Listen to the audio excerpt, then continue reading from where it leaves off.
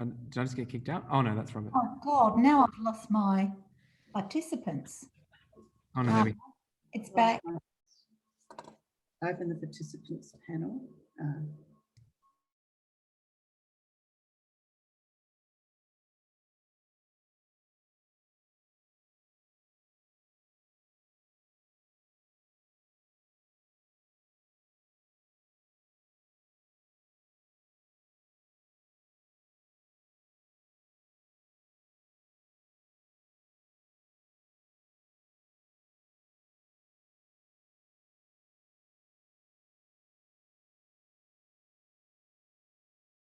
Yep.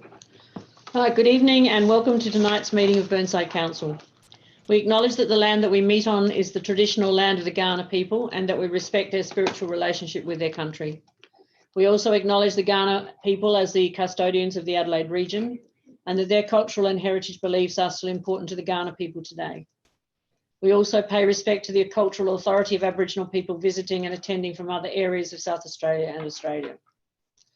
On behalf of the City of Burnside, I gratefully acknowledge and pay respect to those who have sacrificed their lives for this country and its people. We pray for understanding and guidance in our debate as we make decisions that will impact on the lives of all who reside, study, work in or visit the City of Burnside. Grant us wisdom as we serve our community. Before we begin, I do ask you to turn off your mobile phones or put them on silent and remind you to use your hand up symbol when you wish to speak. I welcome all residents ratepayers who have joined our meeting as it is being live streamed and recorded, and that copies of our agendas are available on the council website. There are no apologies. I'm asking, are there any identified conflicts of interest by elected members?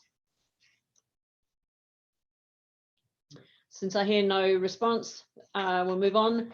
There is no one with leave of absence. And for the confirmation of minutes, we are doing them all in one pile. So I need a mover. Councillor Davey.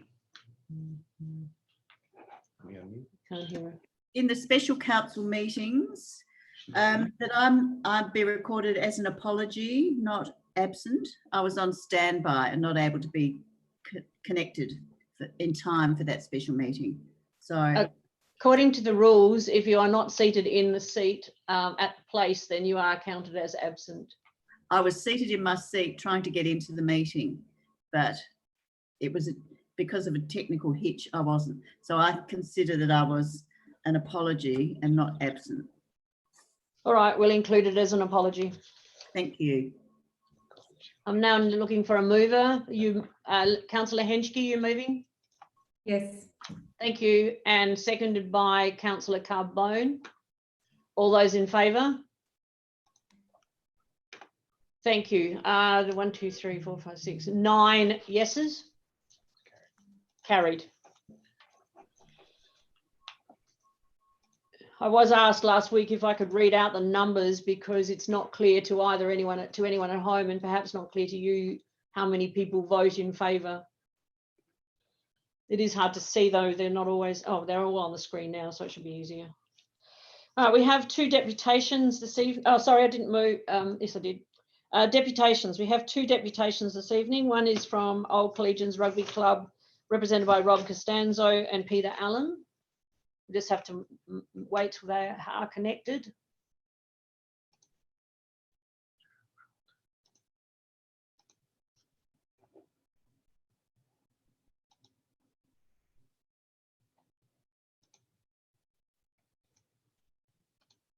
Audio. Yeah, certainly now. Ready to go. Right, Karen, you have 5 minutes. Well, it suffers Karen, but you have 5 minutes with a warning bell at 4 minutes. And then when you've finished, if you wouldn't mind staying online so that if any of the elected members wish to ask any questions, they can do so. Thank you, Mayor. And welcome to Chris Cowley, fellow councillors.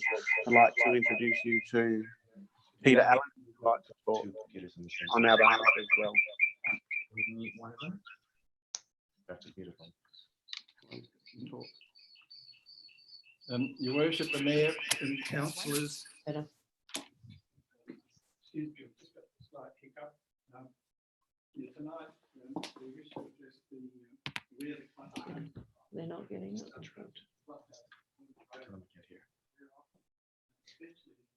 The relevance of the We can't hear you, Rob.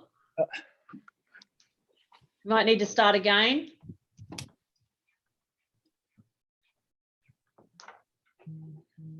Sorry, we're trying. Is this one going? Hello? Do you have two computers close together there? Yeah, we'll move one away. Move one away. Is that better? No. I think you probably need to mute one of the computers. Is that So we better don't get- now? That's much better. Okay, fantastic. Here we go.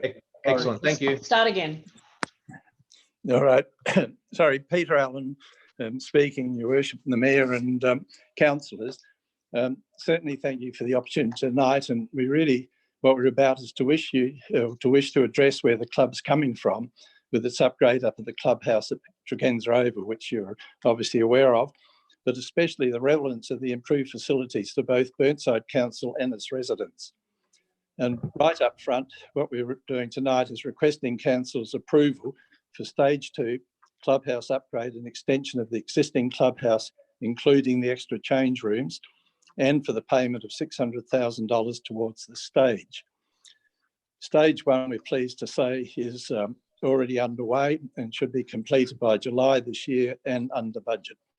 But just a little background, please, on what it's all about, so we're on the same wavelength, is that Old Collegians is a major community amateur rugby club in South Australia.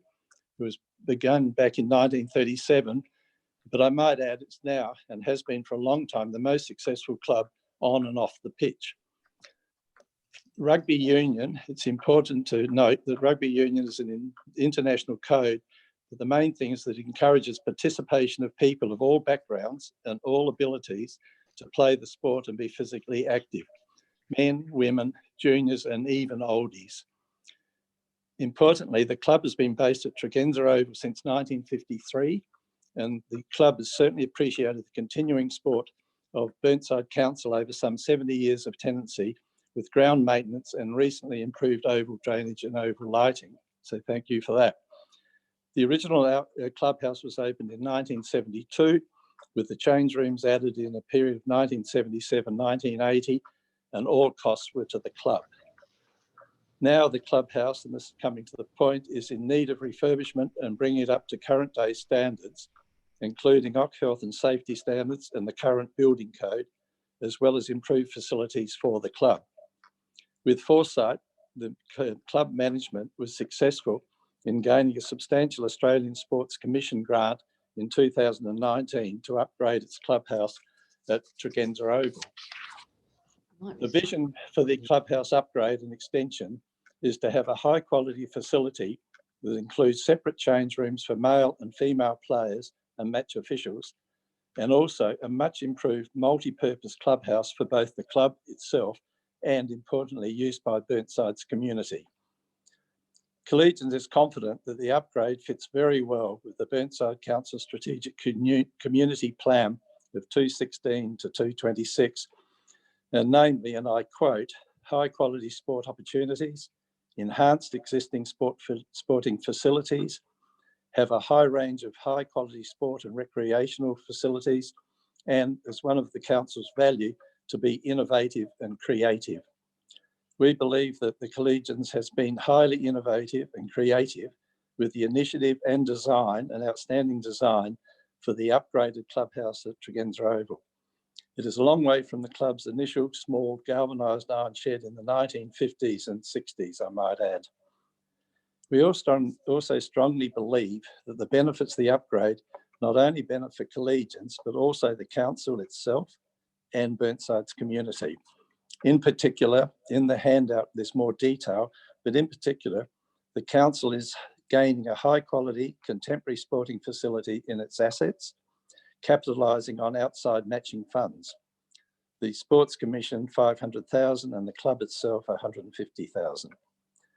The community is gaining, we believe strongly, a function centre including suitable personal access, space and catering facilities. 1 minute to go. That can be used for meetings, conferences and social gatherings, for example. Already Burnside Council and Regis have booked the clubhouse for its functions. We see that also benefiting the club in many ways, of course. In closing, the club believes that there is a wonderful opportunity for council to create a Tregenza Oval, an open public space suited to casual recreation by Burnside residents, together with a high quality clubhouse that can serve as a year-round base for rugby and structured summer sport. In the interest of upgrading the clubhouse for the club and its members, 62% resident in Burnside, and increasing the club's involvement with Burnside's community to help, using an old statement, build a better Burnside, we look forward to a positive response by the Burnside Council to the club's request. And we look forward to questions. Thank you. Thank you. Looking for questions. Councillor Dawes. Thank you, Mayor. Thank you, Peter, for that presentation.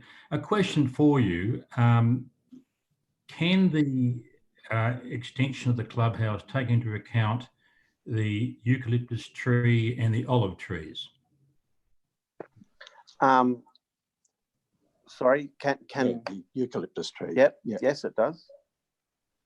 How can you do That's that? what's happening. Yep.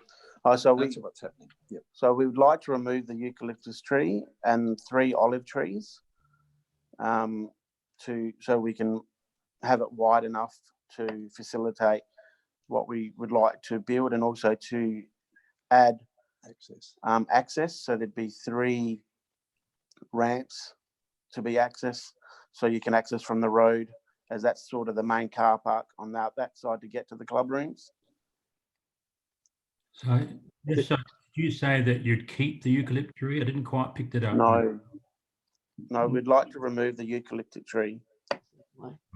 Okay. Report. We've presented 2 arborist reports to the council, and they've been minuted. The documents are all with you guys already. So we've had both reports, and the tree is healthy, but it's not a significant tree, and we can replant it if required.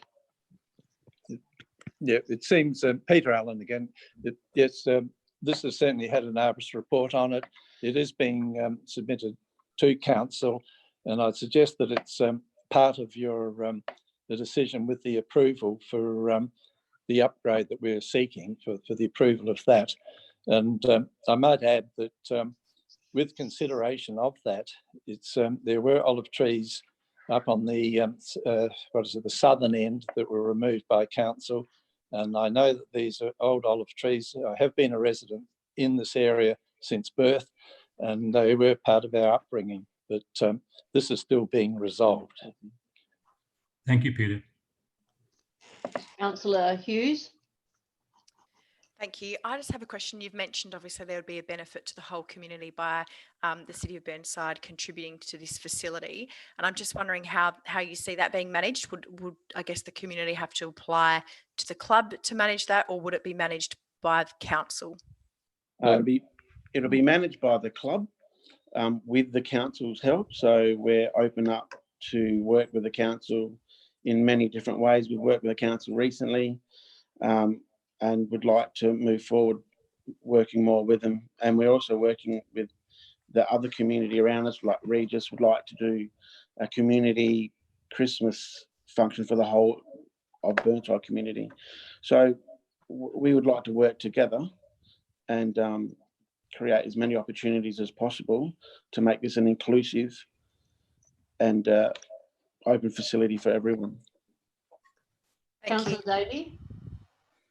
Thank you, Mayor. Thanks very much for coming along tonight. My question also related to the remnant vegetation that's already there, and Councillor Dawes has already asked you a question about this.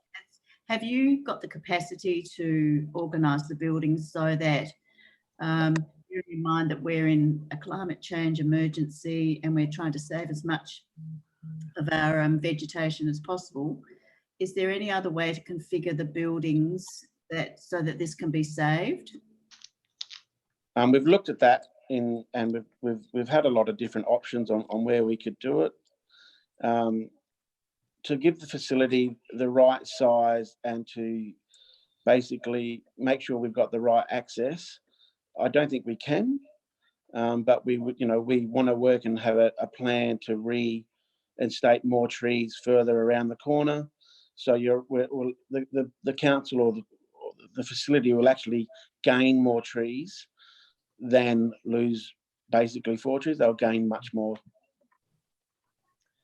Thank you very much, Rob and Peter, for attending via Zoom and for your presentation to us. So thank you again for coming along. Thank you very much. Yeah. Thank All you. right. Thank you. Thanks for listening. Thanks for everything. Right. Now we... now we need to move to our second deputation, which is from Peter Arnold regarding the Conyngham Street basketball courts at Glenunga High. So just got to make that connection with Peter. Can you hear me okay? Yeah. Yes. All right. Thank you very much. And I'd like to thank Her Worship the Mayor and the councillors for allowing us to attend this deputation via Zoom this evening. And we hope to address the motion which Councillor Carboni has put forward regarding the basketball courts opposite our house in Conyngham Street. And I'd like to thank in particular Councillor Carboni for organising this evening and for arranging some of the signs which have been put up around the basketball court. But there are some other issues and I'm speaking on behalf of our neighbours in the immediate vicinity of the basketball courts in Conyngham Street. And we appreciate your past attention to this matter since we've been writing letters since about 2015, but more recently to Councillor Carboni in 2018 and 19. Excuse me. First of all, I'd like to say we have no argument against the use of the basketball court whatsoever. We do, however, have some argument against the use of the basketball court after 9 p.m. in the evening and the disturbance that it creates in a residential area, particularly some of the elderly residents, and after 9 o'clock in the evening when some youths are still using the basketball court. And just recently, our neighbour up from us is Ingrid Freemeyer, who lives with her very elderly mother, who's 98. And she was at one stage taking herself across the road on her own account to discuss with the youths that perhaps they could finish. Her brother told her that was probably not a good idea.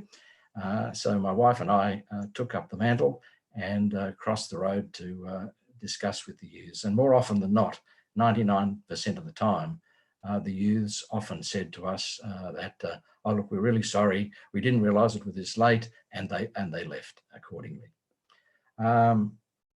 As I said before, Councillor Carboni has arranged the signs, which are very clear.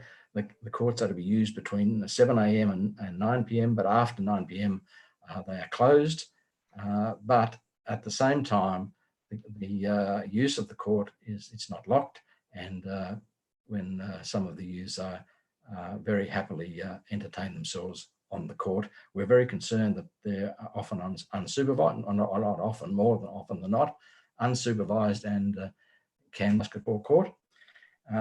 And occasionally, when it gets to about 9:30 and people are starting to settle down in the quiet of the evening, the banging of the basketball court on the backboards is very disturbing and very annoying to the neighbours. And so we're asking that the deadline of 9 o'clock be much more strictly adhered to. And there are a group of some of the youths, and I'm including males and females, that are still there at 9 o'clock. And on one occasion during the summer period, they were there at 1 o'clock in the morning. And that's just getting a little bit too much for the neighbours. And we have often phoned the police to come and check that everything is okay. As I said, we have nothing against the use of the courts at all up until a reasonable civilised hour, but after 9 o'clock, it does get a little bit, stretching the friendship a little bit too far. So as I said, the police have been called on several occasions, and the motion that Councillor Carboni is putting forward tonight is to have the gates locked. There is a padlock on the gates, but it's rarely, I've never seen it used. And we did ask and the Glenunga High School have been very, 1 minute to go. They've been very kind in their attention to our concerns, and they actually attended the council too, and said that closing the gates is certainly an option for them, but we needed a little higher order authority to get that done. So we and the neighbours are growing very weary of constantly having to ring the police or attend to these disturbances, and we're concerned that such behaviour has the potential to spill over into the school, such as skating through the school grounds and on basketball courts, or even at the extreme end of potentially doing some damage to the school. So we ask for a more proactive attention to be given to this matter as soon as possible. Otherwise, we need to perhaps even take it further to the Department of Education or whatever. And what we're simply asking for is that the gates be closed at 9 o'clock. All right, thank you, Mr. Arnold. Councillor Carbone, you wish to ask a question? Yes, thank you, Your Worship. I just wanted to thank Peter for coming in tonight, and I suppose for all the work that he and Rosemary have been doing over the past, well, as far as I'm aware, 18 months. I know it's been longer than that. There are a number of residents that have an issue with the matter, and Peter and his wife have taken it upon themselves to play a leading role. And I just wanted to thank them for that. But Peter, just quickly, because I have had a few questions from elected members before tonight about what's been going on over the last couple of years. So in your deputation, you mentioned that it's been an issue and you've been sort of talking with people since 2015. I just wanted to know, who have you been talking to since 2015? Well, obviously yourself, the police, to the principal and other authorities at Glenunga High School, and to various neighbours around our area. And that's basically and other neighbours in the area too who find it disturbing, but often are a little reluctant to make a complaint. And they say, no, we just close our doors and close our windows. That's not really acceptable in a residential area for the neighbours to have to do that. So we have just sort of taken up the mantle and I'd like to mention here Carol Brown, our immediate next door neighbour, who has asked me to represent the neighbours for this evening's presentation. So in summary, it's been a problem and you've been talking to the school and other people about it for 5 years now. Yes, well, and even longer than that, really. Yeah. Okay, thank you, Your Worship. Councillor Davis. Are the courts lit at night? This was a point that we took up with the high school. There is some dull security lighting at the high school, which does shine light onto the courts, but I still find it very difficult to see how they could actually see what they're doing, particularly in wintertime. Okay. And have you written to the department? No, not yet. Okay. Do you know why didn't you write to the department? We preferred to go through the council and not take it to any official level at this stage. Right. And what did the principal say? The principal is very much in favour of us. And in fact, I've got the letter from here saying thank you for taking the time to write to us. Feedback from our neighbours is always appreciated, even if we cannot provide an immediate solution. Why didn't Wendy Johnson, Janet Orton, who is the Director of Services at the high school. Right. And so them being the highest people in the school who are supporting you, why didn't, in my view, this is going to be a waste of time, and potentially we look at something else. Not that your concerns are unwarranted, but simply that you probably get nothing from the department. Have the principal written to the department? Not that I'm aware of. She hasn't spoken to us at that level, no. I can't really answer that question because I don't know.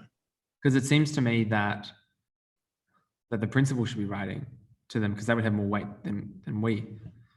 But I think the difficulty here is that the basketball courts are a shared concern between you and the council. And I know Principal Johnson has approached the council and written to the council concerning these issues. Thank you. Through Madam Mayor, just an update for the meeting. We have now written to the principal asking them to assist with addressing this matter. And we see that as a preliminary step to get the principal's response on the matter before deciding whether we need to take the matter any further. Councillor Piggott. Thank you. Yeah, thanks for contributing, Peter. Look, can you clarify the ownership for me? Perhaps it's not a question best for you. Who owns the basketball courts? Not the school exclusively? No, that's what I understand. That it's a joint ownership between Burnside Council and the Department of Education. Oh, right. That's apparently quite a debatable point because no one seems to know who owns it actually. Presumably the Land Titles Office could tell us. Probably could. Yeah. Could we?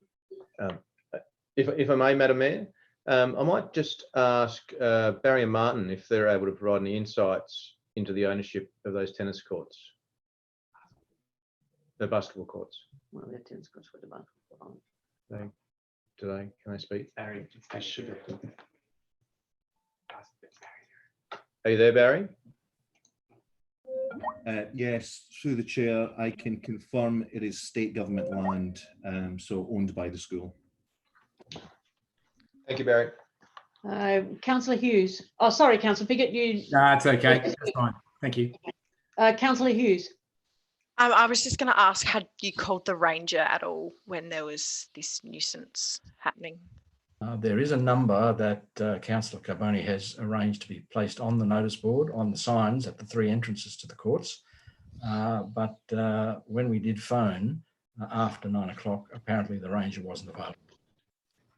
Okay, thank you. Councillor Hubel. Thank you, Your Worship.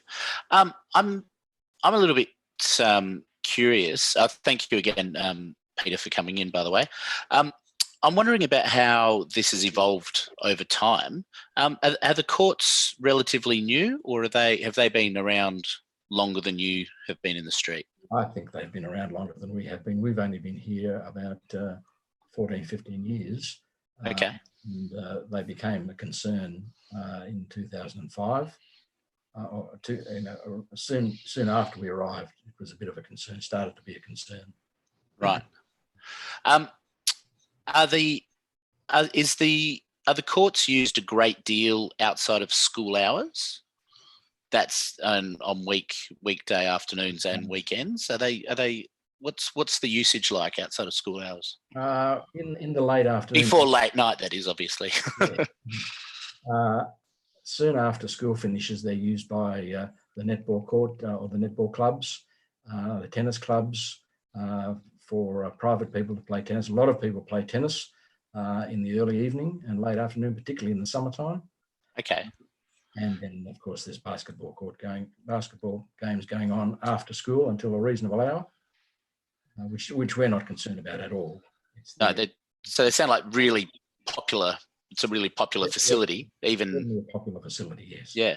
When we talk about, I mean, there are these signs, which I'm curious about. Maybe we'll talk about that when the motion comes up. But we talk about 9 p.m. Where does that time come from? Is that something that the school has stated? It was the conjunction between ourselves, the neighbours, and the school. We thought 9 o'clock was a reasonable time.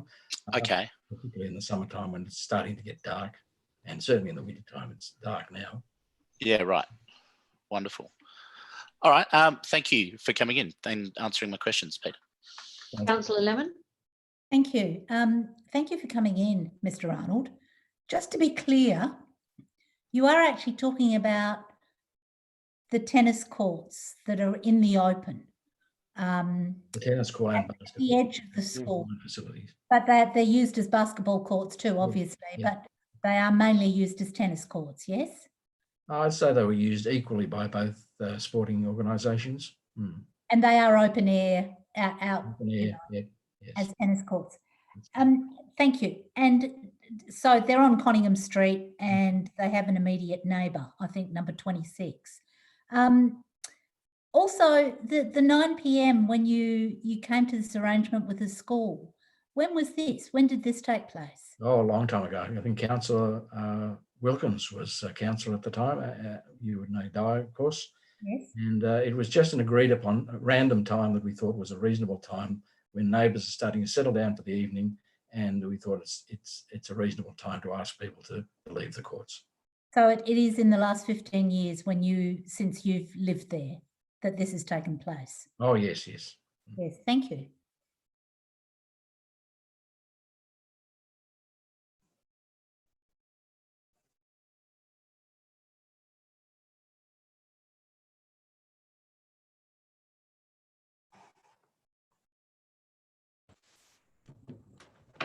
Right. Sorry, our microphone. No, you're right. Councillor Cornish. Thank you, Mayor Monceau, and thank you, Peter, for coming into the deputation virtually. The question I've got is, have the EPA or have you done any test on the noise and the decibel levels that is disturbing the amenity of the residents in the area? No, we haven't. That's often been considered though, but nothing formally has ever been done. Okay. The only reason I ask is obviously the EPA has certain guidelines for sound levels at certain times throughout the day and the night, and it would just be interesting to actually understand what the quantums are for the residents and the amenity in the area. But thank you for the answer. Thank you, Peter.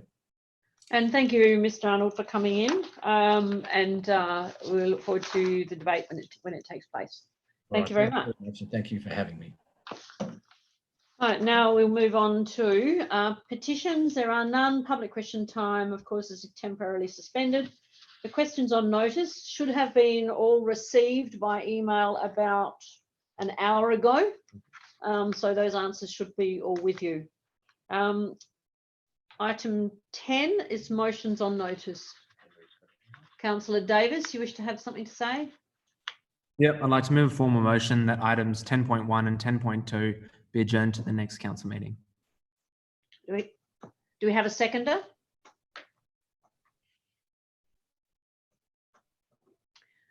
Councillor Lemon, you wish to second? Yes, I do. Thank you. I think we've got a very full agenda and these things can wait. Right, does anyone who wishes to speak? No one has to speak. No, put it No, to the vote. okay, I've got to put it to the vote. I've just got information about that. So all those in favour of deferring this till the next council meeting, please raise your hand. 5, 6, 7. We have 7, so the motion is carried. Right, so those two items, 10.1 and 10.2, will be carried over until the next meeting, or adjourned is the official word, to the next meeting. Questions without notice, we don't, assuming we have none, since there's an urgency to move on. Motions without notice. Reports of officers. I'm going to go through all of these one at a time and ask you to use your hand button as we come to them, and we will either defer for debate or vote on them straight away. 13.1. No one wishes to withdraw that, so I'm looking for. Sorry, I do have Councillor Carbone. Are you wishing to withdraw it? Yes, please. Withdraw. Okay, thank you. Era Water draft budget. Councillor Piggott, you wish to withdraw it? Please. 13.3, finance end of the month report.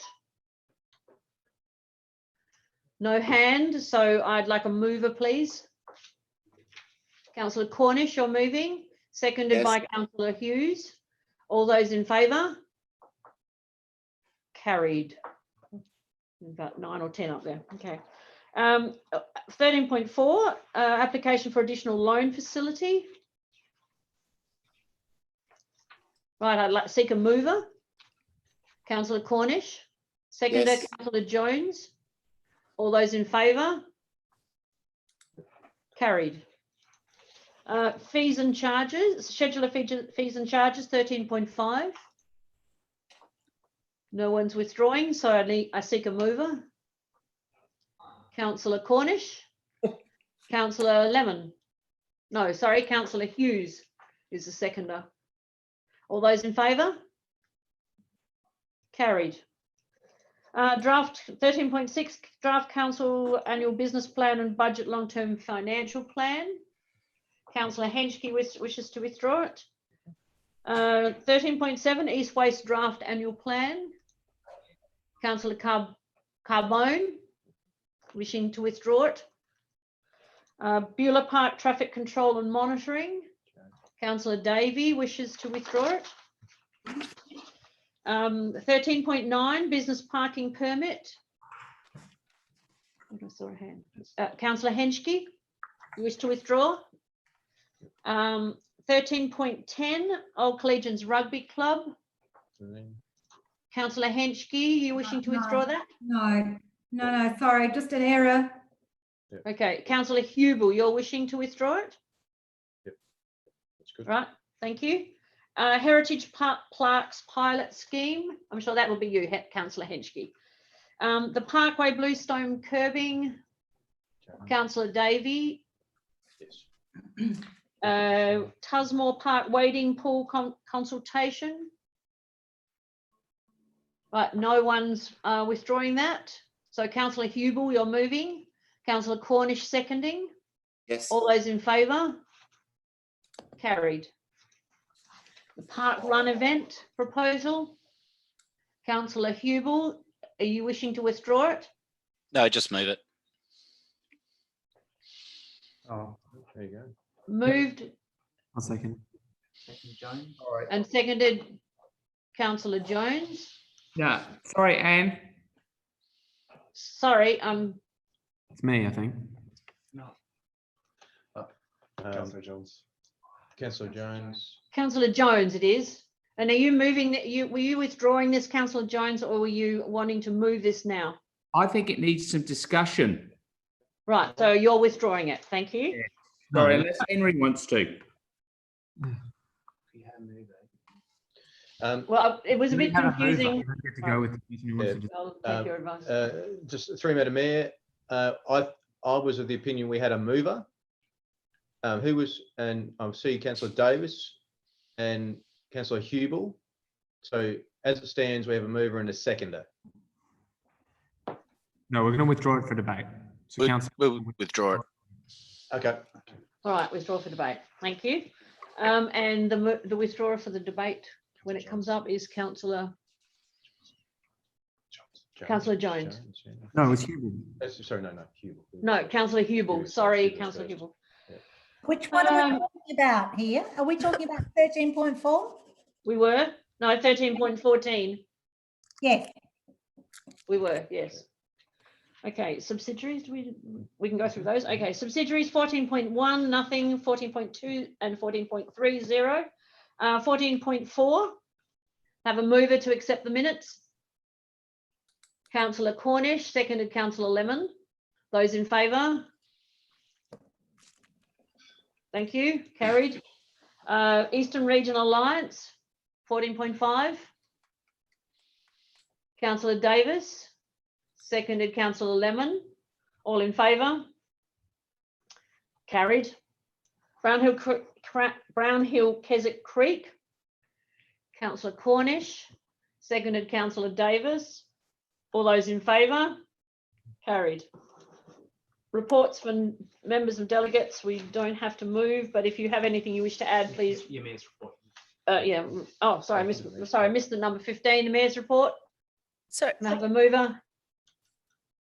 Thank you, Councillor Cornish, seconded Councillor Henschke. All those in favour?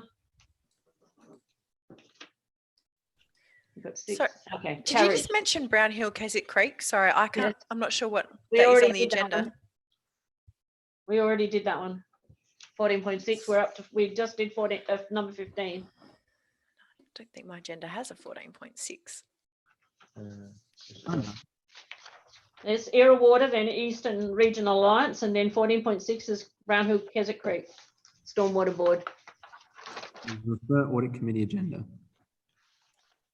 Just, I see what it's just referring back to the audit committee agenda where the paper is. Right, That's all. okay. Yeah. So it's not really a motion that's required? No. Okay, so I've just been told that that's not necessary for a motion to be required for 14.6 anyway. Okay. Thank you. And we've already done the mayor's report. So reports from members, delegates, working parties, you can include those. If you wish to send anything to Rob, you can do so they can be included in the minutes. And then we don't need to go to those until we come back. Okay. So now we go back to 13.1, which is the CEO's report. And that was Councillor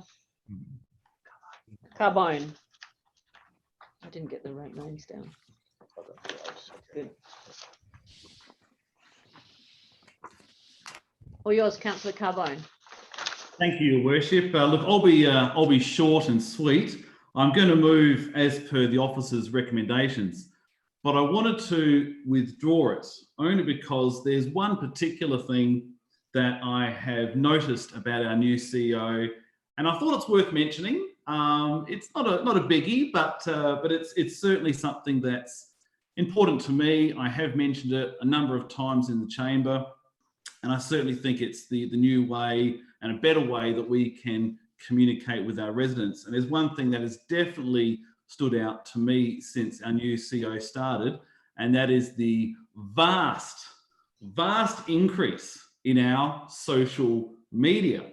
And of course, I was very delighted to read that we have now our own social media officer on staff. So their full-time role is purely around engaging with residents through social media. And we've seen a big increase.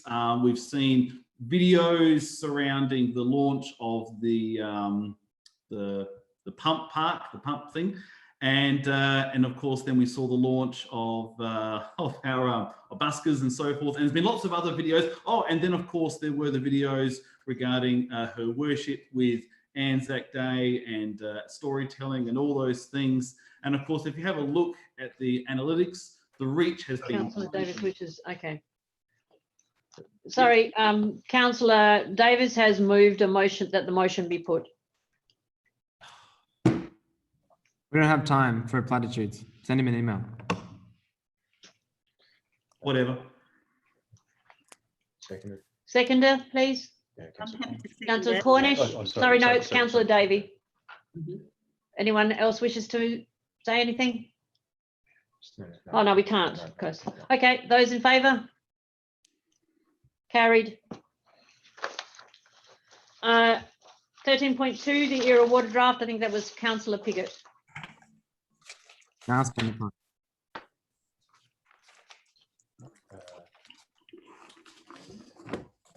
No, we've got to move on that sorry. previous. It was Councillor Piggott who withdrew it. It was, yeah. Yeah, You need to put on the previous. You need to put the motion. You need to put the motion. sorry. Sorry. You have to move the CEO report. Move the second. Oh, I didn't move or Yeah. I didn't move or second, and sorry, I didn't do a vote on the CEO's report. All those in favour of the CEO's report?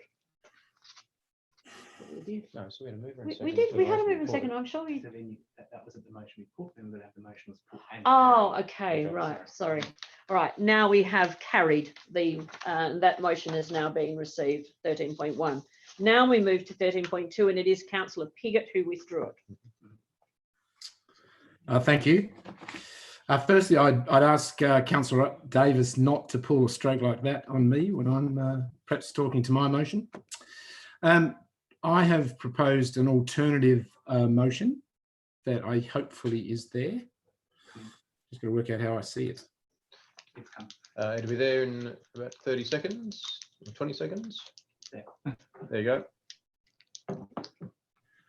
And can I just ask, do I need to read that under the circumstances or? I wanted home consent. Home consent, great. If you can see it. So then if I talk to it, and look, the background on Era Water is, you know, we've been dealing with this for quite a while, and we all know that the it's in a challenging phase of the organisation's development, in that it's still sorting out collecting water and distributing water to customers. And in the meantime, it is actually presenting operating deficits that come back to us as owners of the subsidiary.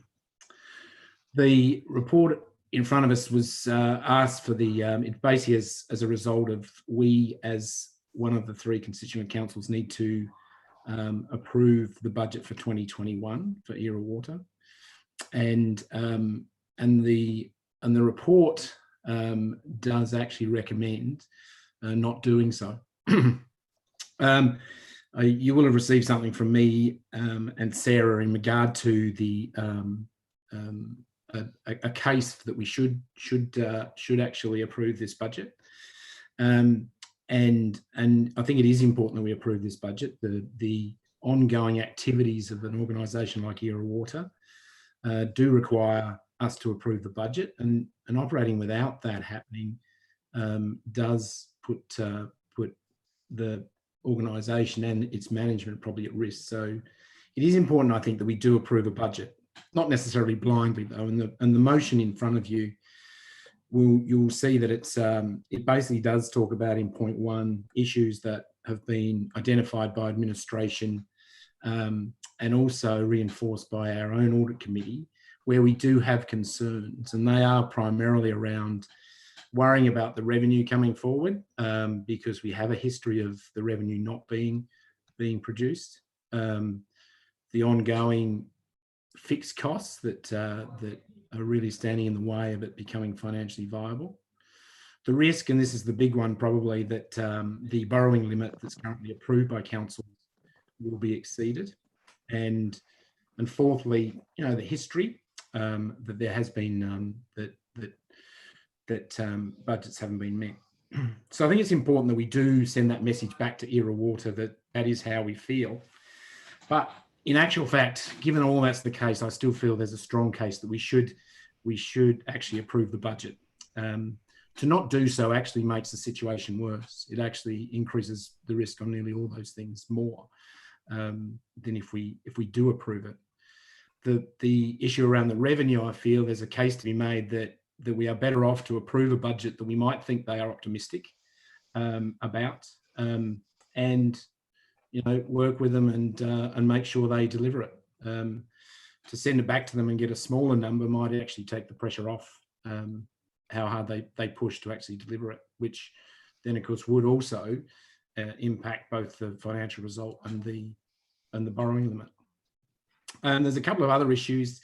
There was not as part of the report, but there has in the meantime been a discussion around the installation of 2 bores. We talked about this time last year about money to do investigation for 1 bore. As it's turned out, the capacity is the key. Oh no! The number of bores, and the recommendation is to put 2 bores into play. There is an increase over the original budget of $125,000, but that is something that Era Water believe is the right way to go. The big issue, though, is that in order to get through, the next 2 years are actually quite crucial. 1 minute to go. Thank you. The last year has been significant in that water has started to be distributed to councils, and there's some confidence that will happen to the rates that we need it to happen next year. The issue is that in the next 2 years, it will still require cash that it doesn't have. And I'm proposing, and I'll probably need to talk more about that on the summing up, is that all councils, we though taking the leadership in it, pay for our water on the 1st of July, that we would have paid for through the financial year anyway. but provides the Era Water a buffer in cash through that first part of the year when they've got no income, but hopefully no income of cash, but hopefully income of water. So I hope the benefit that you've had, that I did send it to you in advance, allows you to analyse it. But I seriously think this is important. Time. To ask your support. Thank you. Councillor Hughes. Yes, I wish to second the motion. I think Councillor Piggott has covered off fairly well on the key points. Obviously the cash flow issue could come to light, and I think taking this proactive approach will certainly help Era Water. I think something that probably perhaps didn't come out of the papers that people may have read is there actually has been a significant amount of ground that's been made by the board and also the general manager over the last few months in terms of trying to secure external customers. So from discussions that I've had today, and unfortunately Councillor Piggott and I were both unavailable for the last board meeting, so we weren't able to give you this update, but there are contracts that have been prepared for potential customers well and truly above the 91 megalitres that have been budgeted for next year. So there's certainly, I guess, from the point that I'm sitting at, a lot more comfort in the fact that there are customers that we're working towards getting. And I can definitely say that the board and the general manager are working very hard to make sure that things like cost for connections are either recovered through the rates that are charged to external customers. But I think we all know that the key to success of this scheme is not just having the 3 councils on board. We really, really need to get those external customers on board. And by not approving the budget and delaying this decision really puts at risk the opportunity for the general manager to actually have those discussions with customers and try and get contracts in place, because if we don't have enough, the budget approved essentially won't be able to work towards getting those people on board and won't be able to enter contracts not knowing whether we've got the second bore and things in place. So I think this is a proactive motion. Obviously, it's a difficult position to be in because we're not in the position that we thought we would be a year ago, but I think it will certainly, certainly set us up for hopefully success, but also holding the board to account for next year. Councillor Lemon. Thank you. I'm very happy to support this motion, and I thank Councillor Piggott for it. And I thank Councillor Hughes as our representative on that entity for her comments as well. I've long been very concerned about Era Water in the sense that, yes, there have been financial difficulties, but one would expect that when you're doing an infrastructure build and it's a startup. But I think we tend to forget that it's actually a 70-year project. And I think this is a very, very clever way of letting them get on with what they're supposed to be doing rather than perpetually fighting a rearguard action because costs have blown out or the build has taken longer. And I think that I'm really heartened to hear that there is the potential to sell water and more than was first considered for this year. But I'm hoping that the pundits are right and this is going to be a wet winter. And I actually think that were that the case, that these sorts of discussions we're having will be well behind us. And I think, you know, I feel for the management of Era Water. I think we've got a good set of people now that are actually working towards the end that we're all looking for. And I feel that up until now, they've been fighting a rearguard action in a lot of ways because things haven't gone according to plan. But when you do something visionary like this is, a 70-year plan to mitigate climate change, to keep water where it falls, you can't expect it all to be a greased path. It would be good if it had been. It hasn't been. And I think that this is a very, very good way forward where we still maintain a very stern eye on the financial accountabilities, but still support the project. And I thank you both for your support of this. Councillor Davey. Thank you, Mayor. Yes, I'm happy to support this motion, and I thank Councillor Piggott for the initiative and working through the detail. I also thank Councillor Hughes for her work on the board. She came in and assumed the representative role or the board position at a really difficult time. And I endorse the comments that Councillor Lemon has just made. I won't repeat them, but I agree with all of those in terms of this is a wonderful investment in infrastructure and ingenuity and enterprise. And the idea that we can perhaps waterproof our area and support, you know, some of the football clubs and sporting organisations and schools to do the same is a fantastic idea.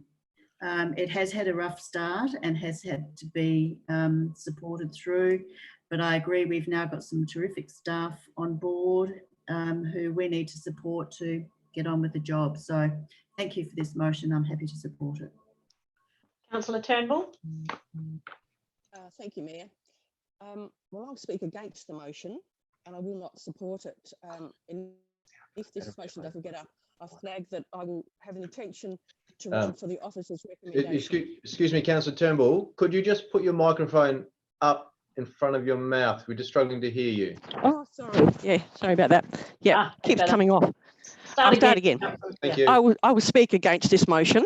I will not support it. We keep hearing about challenging times. It's going to get better, etc., and meanwhile, it's sort of it's not really functioning well. It's not a responsible use of ratepayers' money to pay for something not yet received. This is what this motion says. You know, we just hope that this happens and pay for it. No, thank you. I don't think we should do that. And as a ratepayer, I wouldn't be very happy with that if that was put. If I heard about that too. So this really is. Doesn't seem, this place or this organisation doesn't appear to be able to manage its budget and it's struggling to perform. I'm tired of hearing the word challenging times. I can't support putting any money into an underperforming project. So I think we need to go back to the original officer's recommendation and ask ERA to respond to the concerns on a budget that's based on assumptions. We were very concerned about it last year. A lot of work was done on it. And to me, things haven't really changed for the better. We can get water as cheaply elsewhere. We are supporting an underperforming operation, and so I'll vote against it. Thank you. Councillor Davis. Yeah, thank you very much for Grant and Sarah for your work to date. I feel that the organisation and ERA Water as a whole is improving.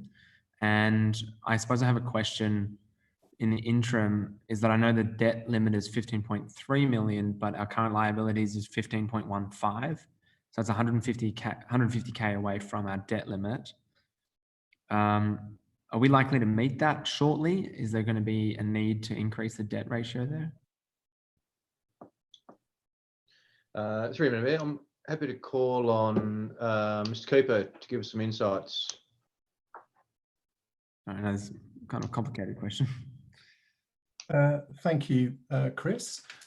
Through the Mayor, yes, I'm happy to answer that question. I would just like to briefly recap on the concerns that the Audit Committee raised in terms of the operating overspend, the revenue being optimistic, and perhaps being dangerously close to that debt limit. So I've spent some time looking at that over the last couple of days. And you'll see from table 6 that's in the ERA Water plan that debt limit is getting very close to the 15.3 million cap that all councils have agreed.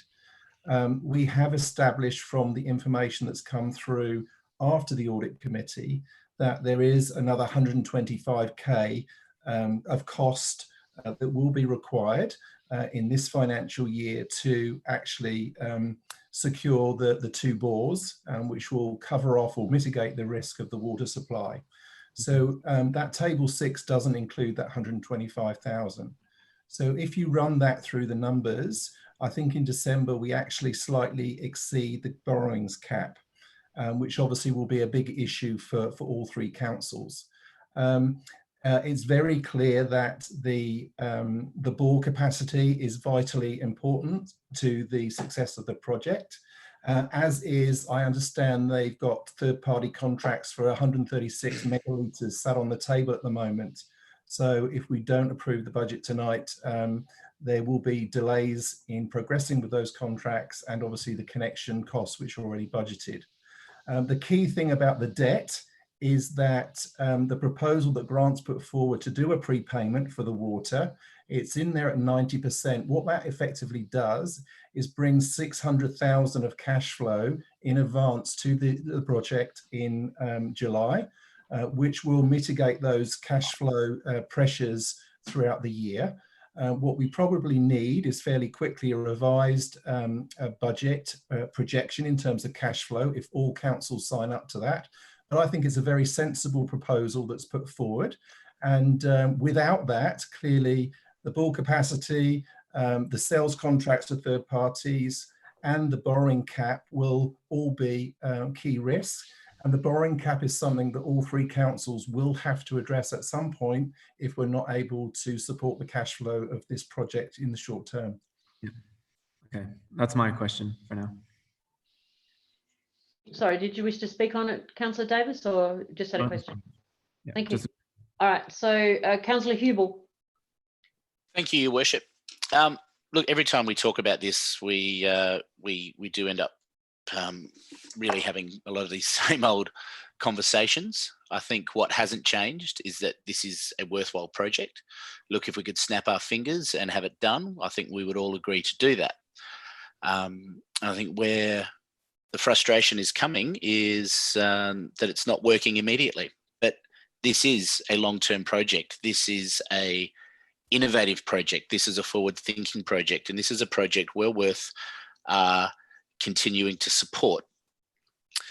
I agree with Councillor Lemon about the stern eye and the financials. However, when I first saw this motion withdrawing the budget, I thought, you know, yeah, let's keep it.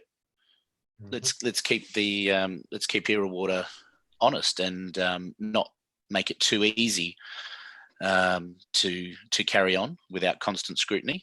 But you know, after giving it some thought and really considering the full ramifications of it all, if anything we do to delay ongoing operations is a nail in the coffin of the project.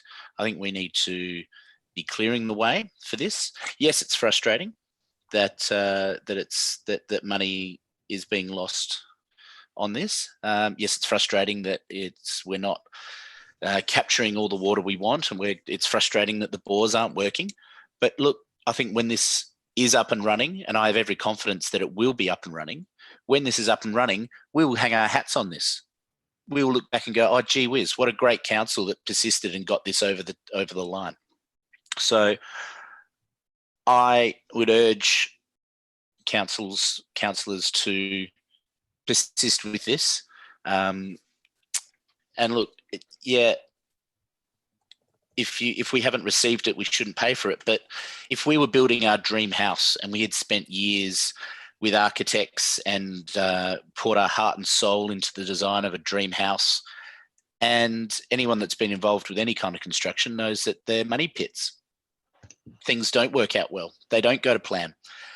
If you drop the bundle as soon as there are cost blowouts that seem to continually keep coming, you're not going to walk away from a half constructed house. The foundations has been laid. To draw the analogy next to the Era Water project, we've laid the foundation. We've started the construction now, because the uprights, because the bricks aren't sticking, so we need a bit more reinforcement. We're not going to say, oh, we'll walk away, sell the project. We're invested in this, and as frustrating as it is, I feel very strongly that we do need to persist with this. I'm confident with Councillor Hughes' presence with this. I feel confident with Councillor Piggott's investment in this as well. And I do hope that this motion gets up, and I urge you all to support it. Councillor Dawes. Thank you, Mayor. I will be just, what can I say? I think if we had this budget before us as a council, we'd be ashamed of ourselves.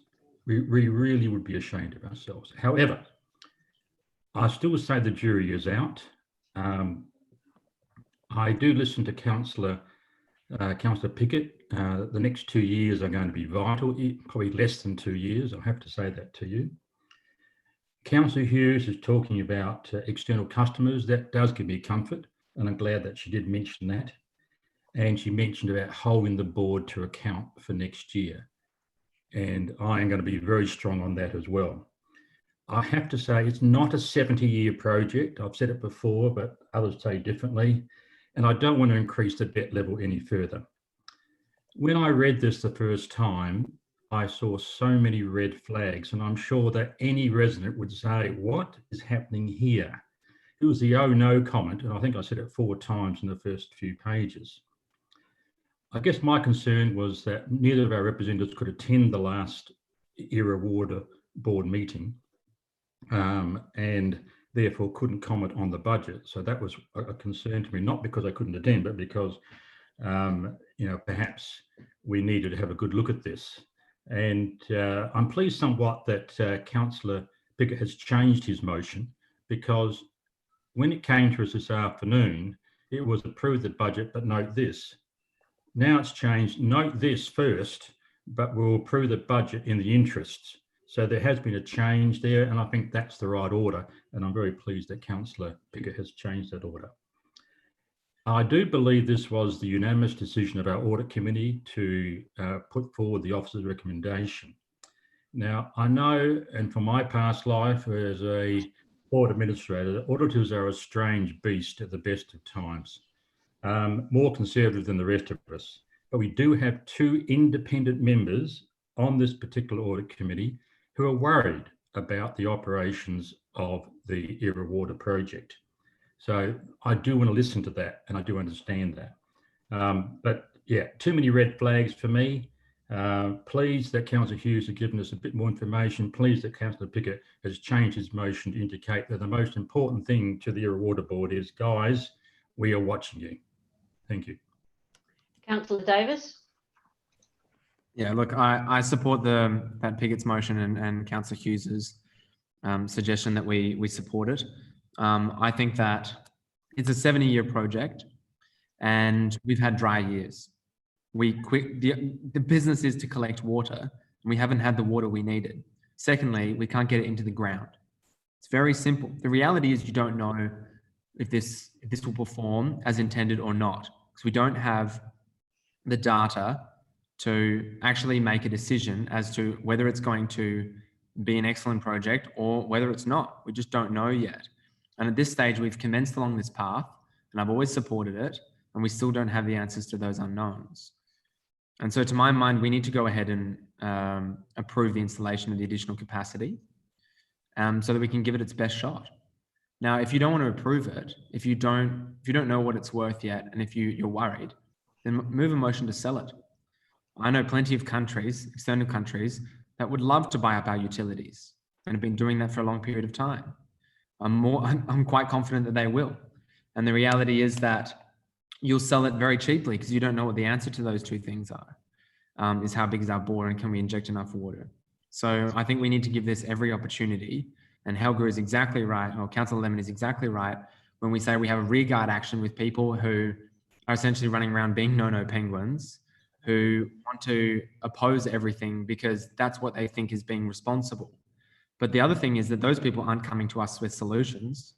Those people aren't coming to us with an alternative plan to make this work. All they're doing is sitting there going, no, I don't want that to happen, or no, I disagree, or no, I'm worried.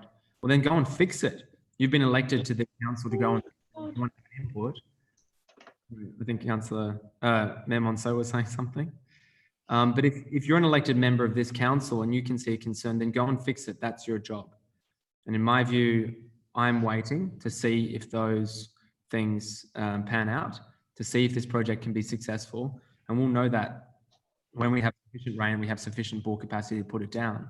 So yeah, I can see why you're nervous. I can absolutely understand that. But sitting back in the background, sniping at things, saying you don't want to proceed, and then not doing about anything yourself, you're not being a leader. You're not acting in the best interest of your ratepayers. You're simply sitting there and sniping. And so unless you have something constructive to say, and unless you have a suggestion, go and sell it. If that's your suggestion, then go ahead and run that motion, take the leadership on it, and take people with you, not just saying, I'm not going to vote for something. And in my understanding is that if we don't approve this budget, that puts in jeopardy the success of this program, because it will put in jeopardy future contracts. So whilst it might not be an excellent budget, we might not have it to the standard of the 163 employees that we as councillors enjoy, who write our reports, hundreds of pages of reports every meeting. Era Water does not have that luxury, unfortunately. And I think that they are doing the best they can, and probably it's not. Point of order. Councillor Dawes. Thank you, Mayor. Look, I do not take lightly sniping. You know, I wish that Councillor Davis What's the contravention of the meeting procedures? Mayor, can I speak, please? He's interrupting me. Yep. You can speak, Councillor Dawes, without interruption. I think there are better ways of explaining when you have a difference of opinion rather than called sniping. All right. I think there are different things that we could be doing with Era Water, but I just don't like the word sniping, and you've used other words in the past which, in my opinion, are not appropriate in the council debates. Right, now we go back. I accept your point of order. No, there's no breach of the procedures. I can say what I want. If I think that people are sniping at it, and I think they are, without contributing to it, then I have every right to say that. Councillor Dawes, this is a democracy, and there is no breach of the meeting procedures here, and your ruling is wrong, Your Worship. Now, the reality is that people are sniping here, and they don't show any leadership. They don't. They don't come to this chamber with solutions of how they're going to fix it. They just sit in the back and say, no, I don't want to do it, and they do snipe. And that's what they do, Councillor Dawes, is they snipe. And they don't come to here as a leader. They come to here as what I would say a no-no penguin. So I'm more than supportive of this, to give this the opportunity and to find out what we need to proceed and we need to sell. So move that motion if that's what you want to do. Councillor Lemon, you have a question? Thank you very much. I'd like to ask through you, if I may, what is the lifespan in years of this project? Duncan said 50 years, not 70. Through Madam Mayor. Martin, do you know the finite figure on the life of the project in years?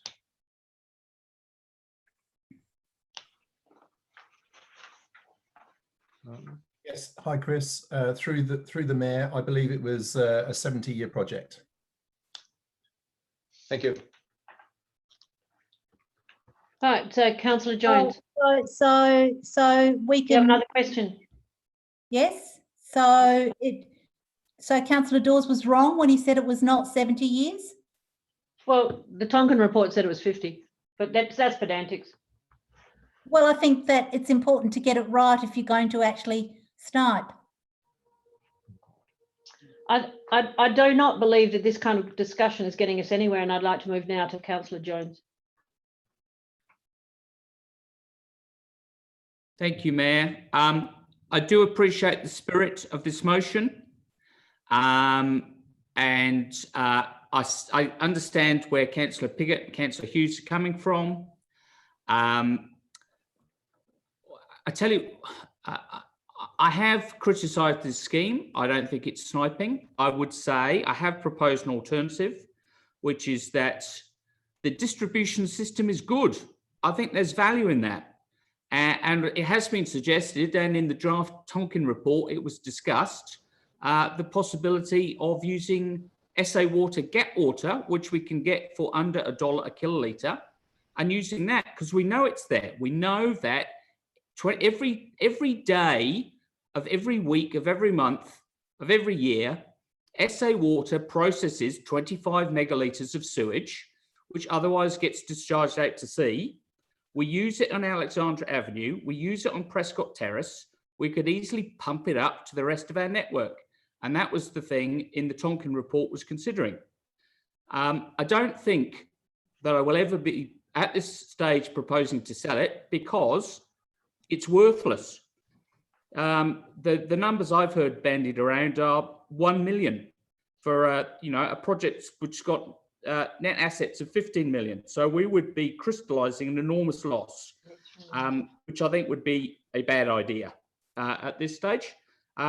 So I do understand where Councillors Piggott and Hughes are coming from, and I must say I'm very glad that they are on the Audit Committee and Board respectively, because I think they have injected considerable rigour into Era Water that wasn't there before.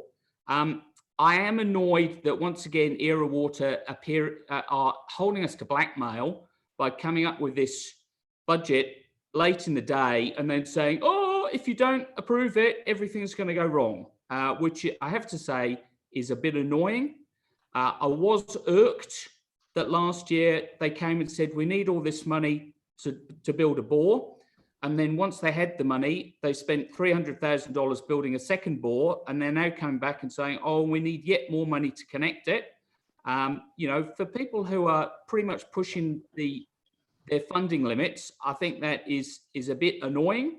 I suspect that we will have to approve this budget and closely monitor their performance. I'm pleased what I'm hearing about the external sales are going to happen. That is my key concern, that they won't, in that previously they have said we can't sell any water because we've got no water to sell. I'm pleased that they're about to sell it, presumably on not knowing whether they've got water and hoping that the rain will be good over the winter. I'm also concerned they can get the distribution system in time before the irrigation season. We know from Burnside this year, we didn't start getting much water until the end of February. And, you know, they had all that time to build the connections to Burnside, which I thought were in, that they were budgeting for this year, and it didn't happen. We bought very little water from them this year, like 10 megs out of 100 or something. So pretty dismal, frankly.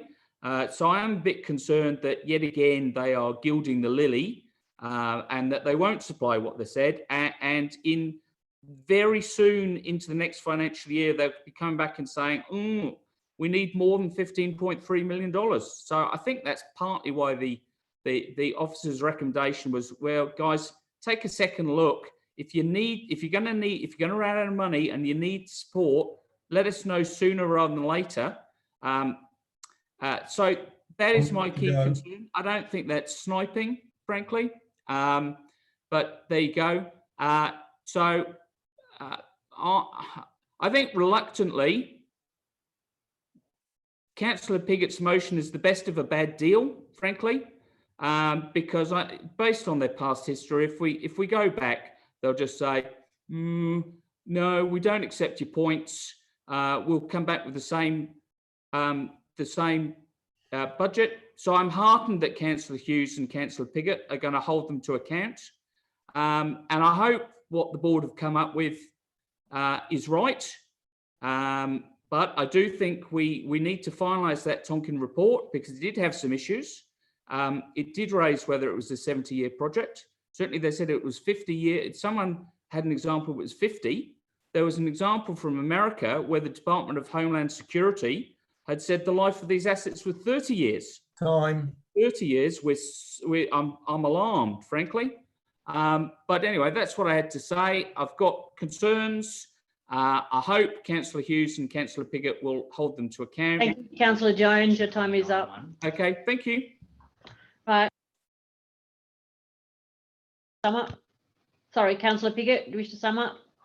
Yes, yeah, look, thank you for that input. I just wanted to pick up a couple of things if I could. Just on Councillor Jones, the dollars on the boards are not quite correct. I don't think it was 300,000. It was more like 70, I think they did. It's just that they've got them. They would like to get them, like to pursue two rather than one. I actually share Councillor Jones's frustration around the commentary that Era Water does seem to have, a sort of gun to our head that if we don't approve it, the sky will fall in. Unfortunately, it's not actually far from the truth, but it is a very poor way to run it, and I do agree with that. the points of Councillor Turnbull as well. I mean, the philosophies I wouldn't disagree with in terms of not necessarily paying for something you don't have.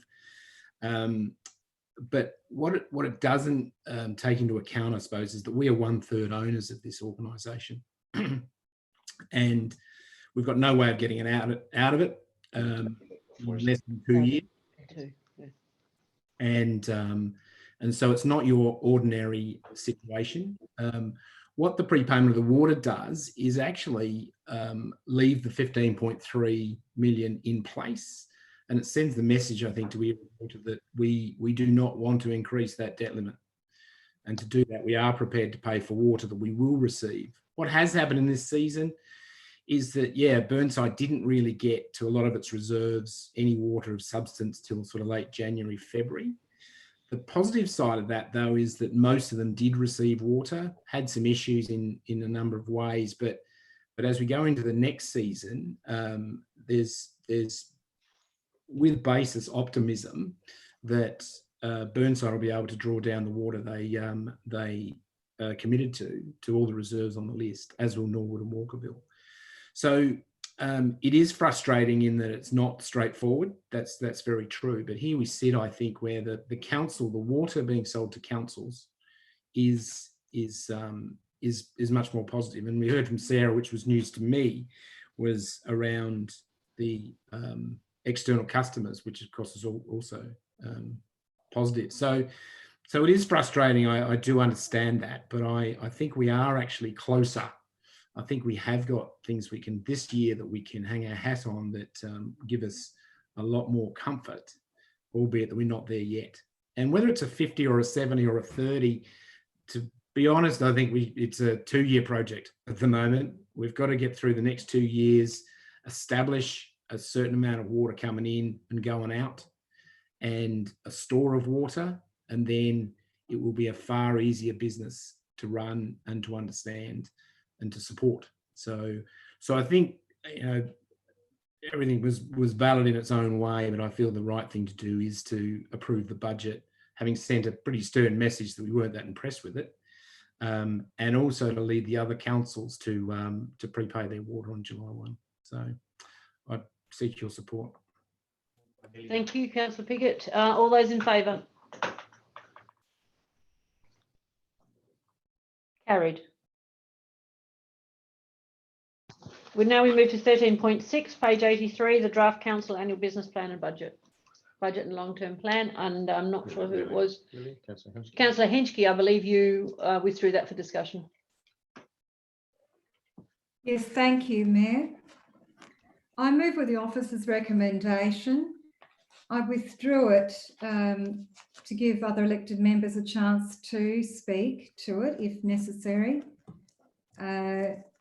It is a significant point in our history here, and I'd have to say it's probably the first time we had a 0% rate increase. I'm looking for a seconder. Councillor Davis, you wish to second? Yeah, I totally endorse the comments by Councillor Henschke, and I think that, and I thank the administration, I suppose, and also the elected members for showing leadership. That I suppose we made the decision that we think that money is better in the pockets of our ratepayers at this stage, rather than burdening them with future debt. And I think that a 0% rate increase will assist them. I know so many businesses are doing it tough, and I know that through my own work. Which has sadly never been busier. When lawyers are busy, that generally means bad things for other people, especially as tax lawyers. And I've seen that firsthand, the difficulties that my clients are going through as well. So I think that a 0% rate increase will assist our residents and our businesses to get back on track. And when it comes to stimulus and doing those long-term projects, that's something that I think the federal government, the state government can really look at. So I'm more than happy to support this 0% rate increase, and I'm very proud of it. Councillor Davey. Thank you, Mayor. Yes, I'm happy to endorse this and all the comments previously made. I think this is the only course of action we can take. Residents and households are doing it tough, and so are our businesses. And I think a 0 rate increase is the only thing we can do under these circumstances.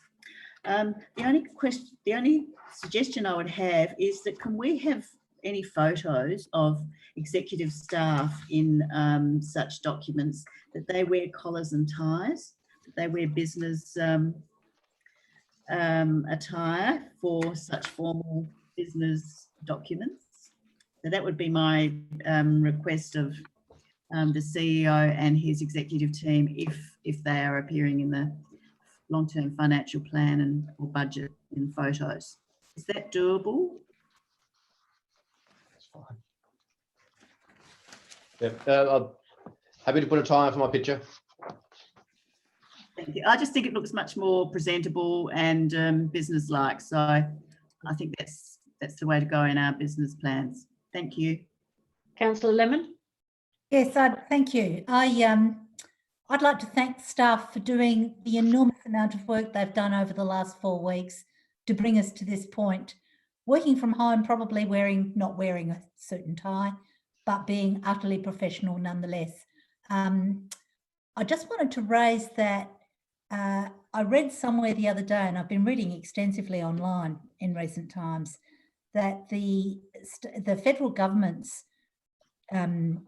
stimulus package, they've already noticed that money is actually being spent locally.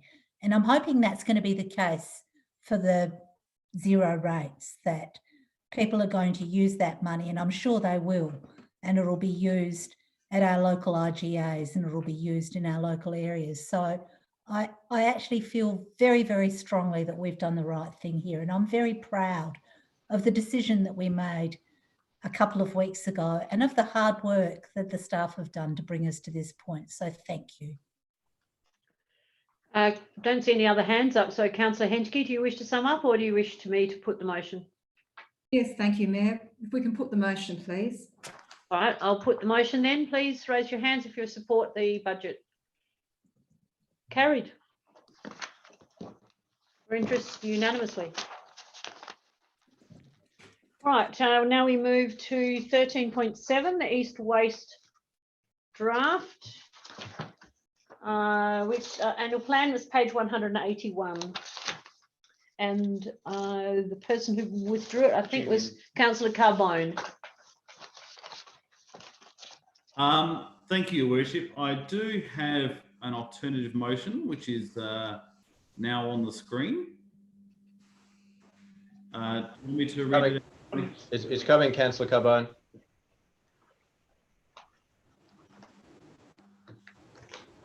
Okay. Okay, here it is.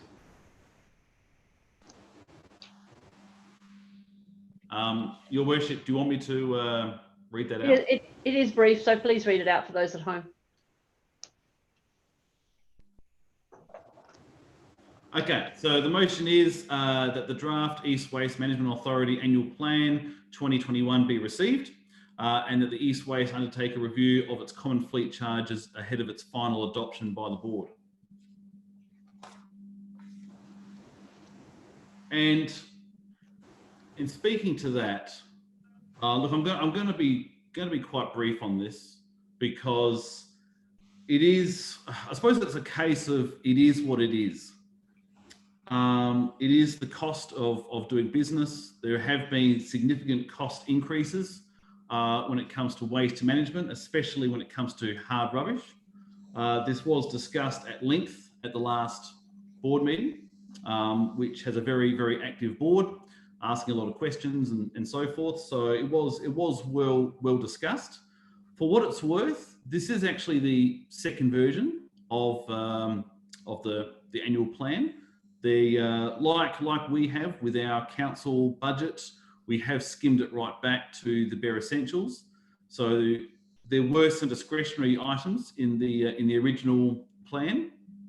They were taken out in light of recent events. And so all I can say is that, you know, costs are going up, and there's no way about it. So when it comes to hard rubbish, obviously, you know, it's more time consuming. It's not as simple as, you know, 2 full-time staff equivalents. It's just basically more hours.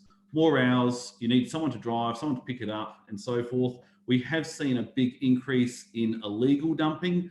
So it's not as simple as, well, let's just increase fees for pickups and so forth. So there is no easy way out of that.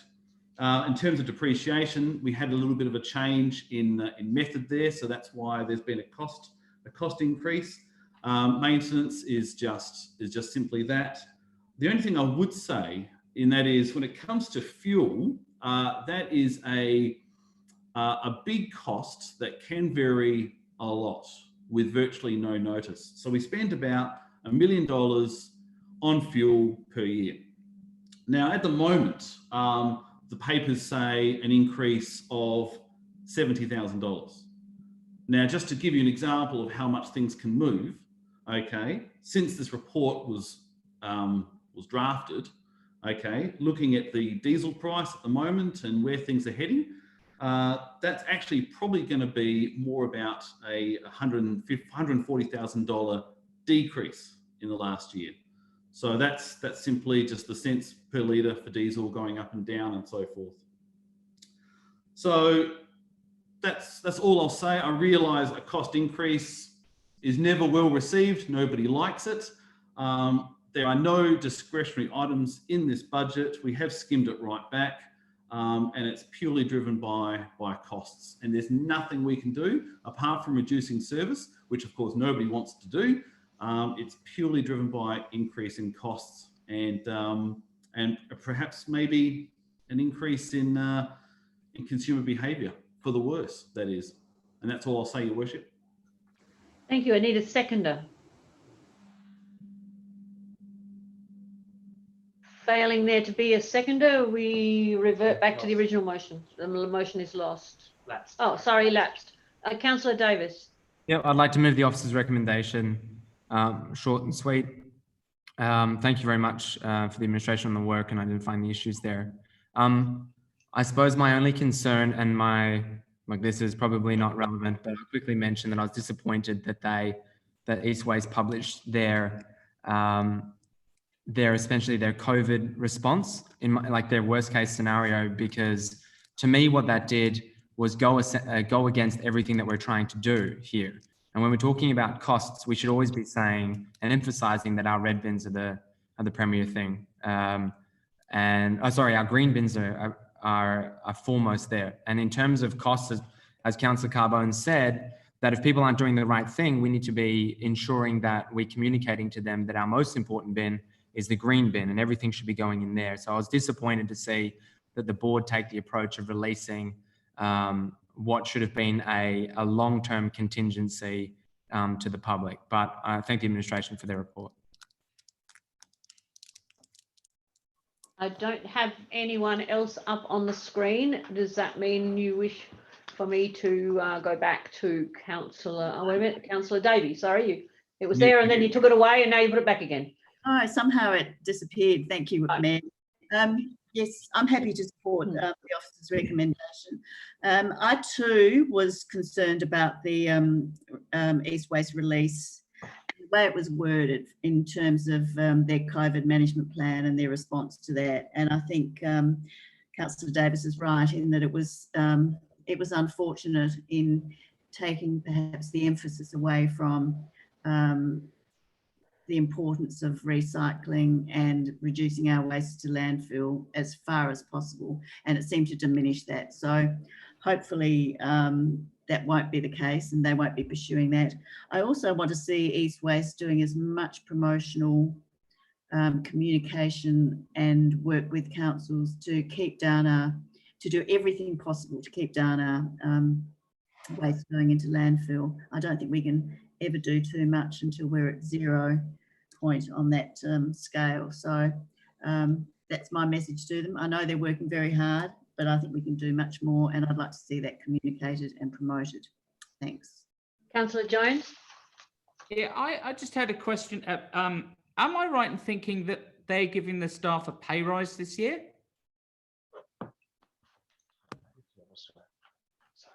Who's the officer? Krishma. Sorry, East West. Yeah, Krishma. Through Madam Mayor, I might just defer to Martin whether he's aware of the nuances around their salary structure. Thank you, Chris. I believe that their budget included some an increase of 345,000 or 6%, which was due to 2 additional FTEs being added to the plan to respond to the increased hard rubbish collections and to manage reduced recycling compaction rate requirements. I'm not aware that there's a budgeted pay increase to all the other staff included. We have to check that.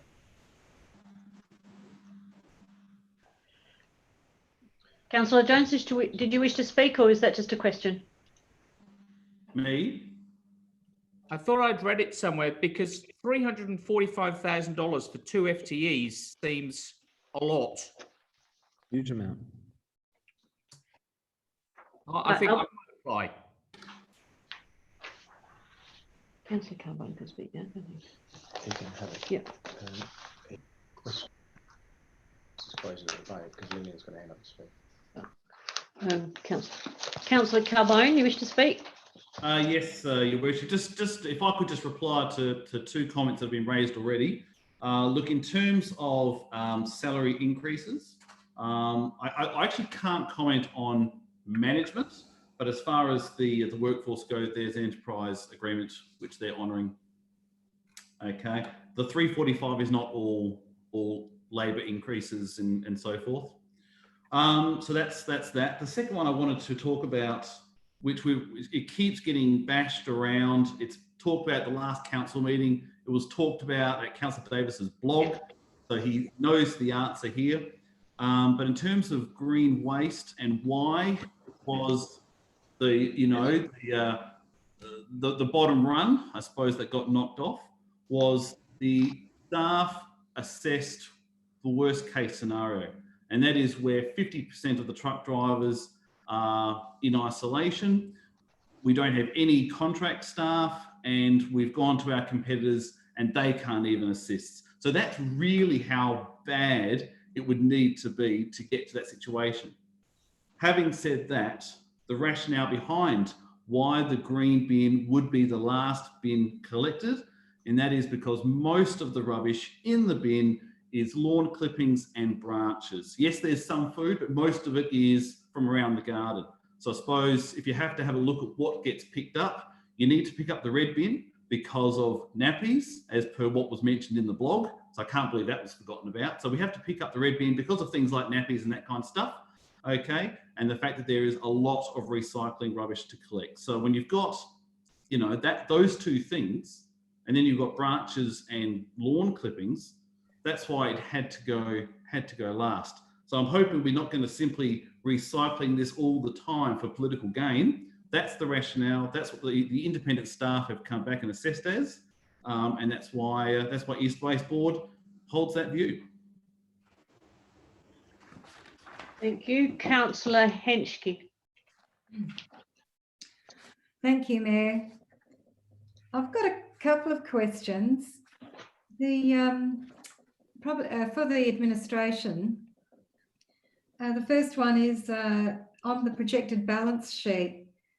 I was studying the total current assets and the total current liabilities of East Waste, and I just noticed that it seems like their ability to pay back debt is not the ratio looks a lot less than 1. It's a finance question for Martin perhaps, but I was just concerned about that trend, if you like, over time, and hearing tonight about the vehicles and other possible costs. And then my another question I have is actually for Julian Carbone, just very on a lighter note. I put my bins out this morning, and I don't know if the rubbish has been collected. It took a long time to get collected. I noticed that happened last week as well. Usually it's always happened like a clockwork at 8 o'clock in the morning, and I just have to run out there, beat them. And yeah, it just seems to be a delay. Something, so this is a resourcing issue? Through Madam Mayor, I can actually provide some insights. I think Councillor Henschke, you'll note, I think we've sent an email around to all councillors mentioning the fact that East Waste are experiencing significantly increased volumes of recycling, a 33% increase in recycling volume, and a 66% increase in green waste. Yes. And so on a lot of their runs, they're having to essentially do two pickups, 2 runs for each round, which would normally be a single pickup. So that's potentially why you're experiencing your bin being picked up later than normal. Okay, thank you. The positive news out of this increased volumes is that the volumes in the red bin have stayed static. So people are perhaps taking more care to separate at this point in time, and obviously doing a lot of gardening, I imagine. Thank you. Okay, thank you. Councillor Lemon, you wish to speak? Yes, I do, thank you. I'm just going to pick up the green bin thing. I don't know where Councillor Carbone might have been when we had these endless discussions about the red bin, which is currently assessed to hold 47% of it is food waste, which should rightly go in the green bin. So if we were only picking up the red bin, it'd pretty much be 100% food waste. I'm really pleased to hear that the green bins are more full and the red bins are static, because what that says to me is that people are using the green bins for their food waste. Yes, they use it for grass clippings as well, but it's the food waste that we want in those green bins. And because it is food waste, and we're talking about chop bones and chicken bones and things like that, it does get smelly. It's not just grass clippings and branches from the trees and hedge clippings. It is actually a fortnight's worth of food waste. And some of that food is cooked and some of that food gets quite rank. I understand why people put it in the red bin, because they don't want it sitting in their driveways. So it can go and make methane instead. But half our red bins are food waste. And I think we've spoken endlessly about trying to change that. Now, notwithstanding nappies are a problem, and nappies are an issue we need to talk about at some stage in the future. But apart from nappies, the red bin really has very little in it that you know, a broken glass, a chipped cup. What goes in the red bin?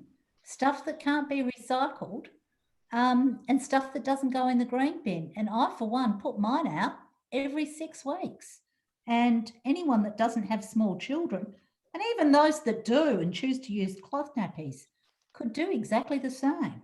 So yes, I'll continue harping on about this, I'm afraid. The green bin isn't just lawn clippings and branches. Green bin is food waste. And that's where it should be, not in the red one.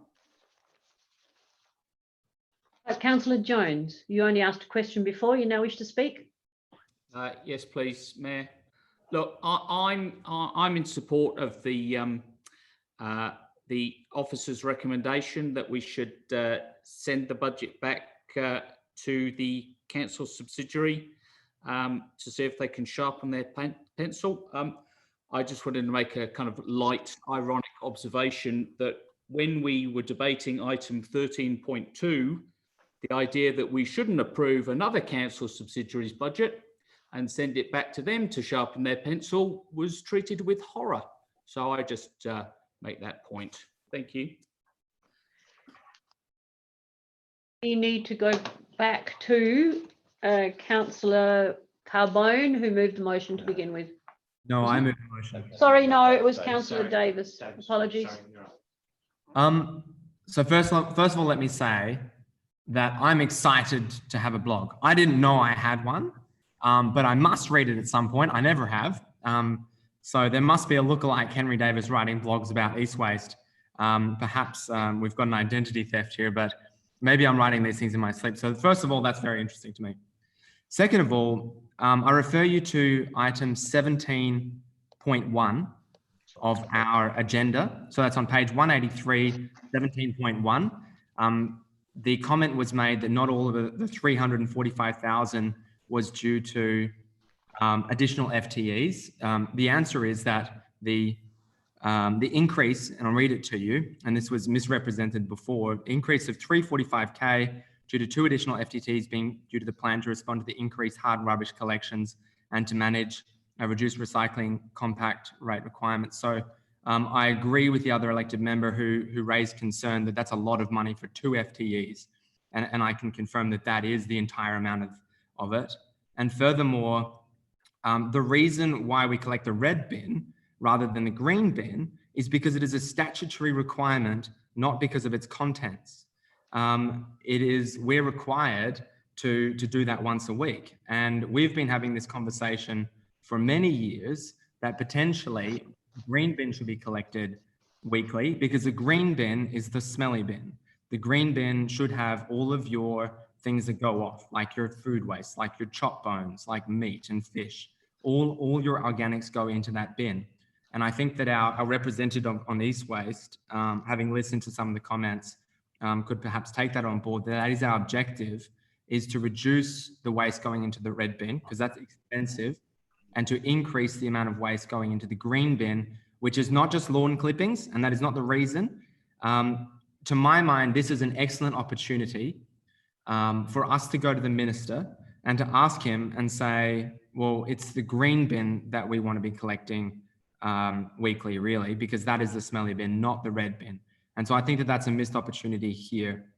Furthermore, no, I'll leave it there. And so, actually, going back to it, I mean, the reality is we did not need to release a plan of an extreme case. You know, I was in the military and they have extreme plans for extreme cases and things that you would giggle at. And they're a very remote possibility. I think that the messaging that came out in the newspaper is a very poor reflection on us and a very poor statement to our community. And that's why I was disappointed, because essentially it devalued our green bin, which is the most important thing. And we as a council, I think, have been very clear on this time and time again, that our objective is to reduce the contents of our red bin and increase the contents of our green bin. And as I pitched for this, and I think that we should still do it, is to run a trial where we collect our red bins every 2 weeks. And that's something that I'm still continuing to explore. So I commend the motion to you. I think we should go back, and I definitely note Councillor Jones's comment about the dualism here. So I commend the motion to you. I put the motion. Those in favour, please raise your hands. Ooh, I raised my hand. Right, the motion is carried. I'm going to suggest that perhaps now is an appropriate time to take a 10-minute break. I'll move that way. You happy? All right, thank you, Councillor Davis. Seconded by Councillor Henschke. All in favour? Carried. We'll take a 10-minute break and resume at 9 o'clock. Yeah, cool. Make it 9 o'clock on the dot. Thank you.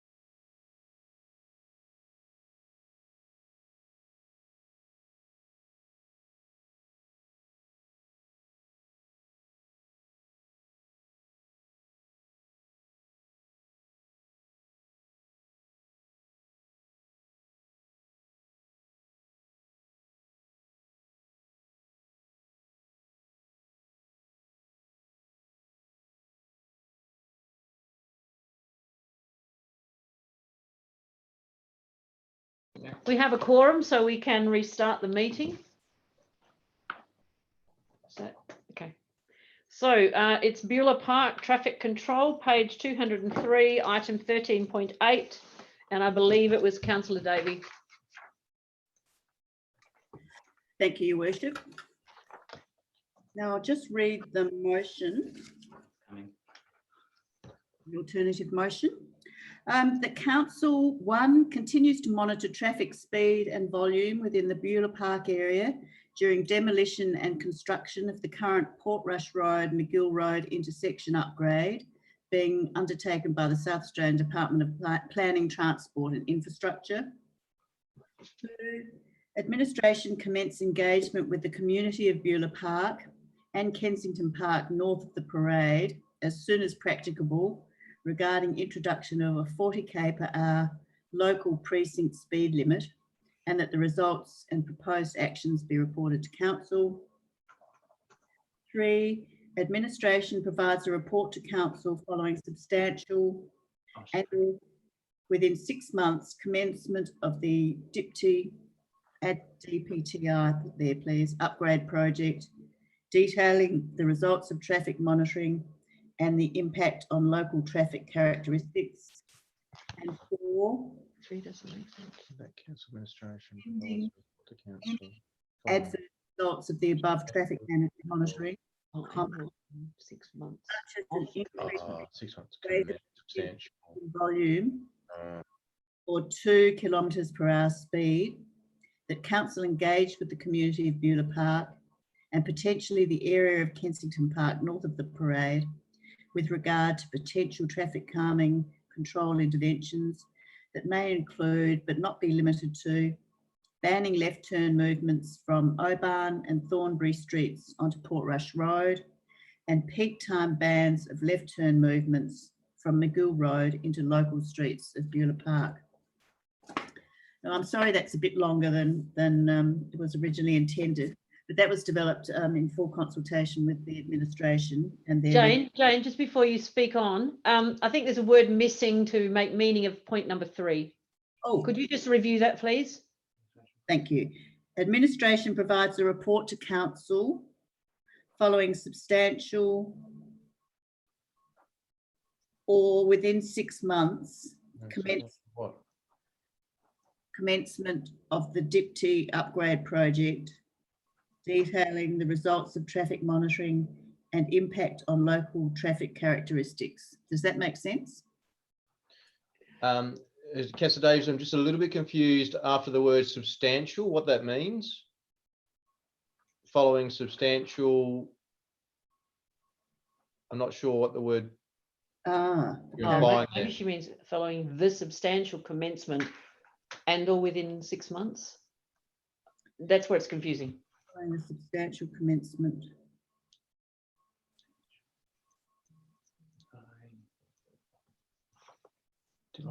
Substantial. Well, perhaps I'll clarify that. Administration provides a report to council within 6 months commencement of the DPTI upgrade project. Yes, that makes sense. Thank you. Delete following substantial and or within. Thank you. So hopefully that makes sense to everyone. It's quite a complex area, and I thank staff, particularly Magnus Heinrich and his team, who are managing all these traffic issues, current and future, in this area. As you are aware, there are 3 challenges faced by the residents in Beulah Park, both the residents and businesses, I should say, at the moment. It's the existing volumes of cut-through traffic from McGill and Beulah roads, particularly using Verdun, Thornbury and Oban streets.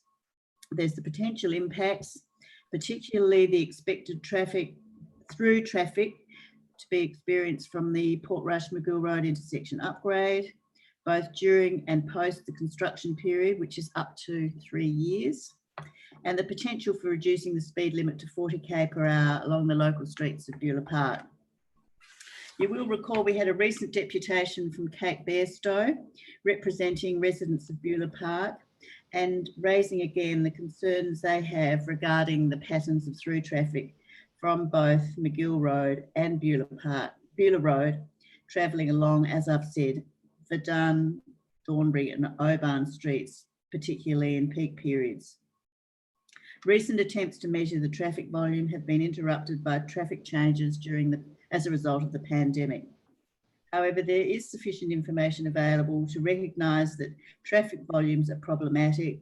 There is local support for 40 km/h maximum speed limit, and also support to prohibit left-hand turns from Oban and Thornbury streets onto Portrush Road, and therefore discourage cut-through traffic. Now that we have the spectre of the intersection upgrade with all the disruption that we know results from this, particularly to the residential streets surrounding it, there is an opportunity for us to implement some traffic calming measures. While we're told there will be efficient management, and I'm sure DIPTI will put measures in place to keep the traffic flowing as they start the work, we all know that traffic flows will change, and that as soon as people see intersection works, they peel off and travel through the residential streets, often before the works. So knowing the existing patterns of cut-through traffic, this is seen as a solution to do as much as possible to monitor and review the traffic, and without letting things go too far, review and stop the motorists who'll be tempted to do this, to cut through. So it's essentially to monitor the speed and volume of the traffic and allow for the community consultation process to start for a 40 km/h limit, which I think many of the residents will welcome as a deterrent to the through traffic. So I hope you'll support this motion. Councillor Henschke, you wish to second it? Yes, Mayor, I wish to second it. And yes, it's a theme, you know, across the city of Burnside, in particular the suburbs, wards in the inner city zone like Rose Park Terrace Gardens. Also, residents experience this cut-through traffic. Fullerton Road's key major traffic route. Corridor, so we have similar patterns, so I fully support this effort. Question, however, is considering that this infrastructure work is funded by the state government and federal government, would it be possible for council to seek some financial assistance to cover part or all of the cost of monitoring the traffic, seeing that it's their infrastructure project creating the impacts? Through Madam Mayor, I might ask Mr. Cant to provide a comment. Oh, sorry, Mr. Cooper.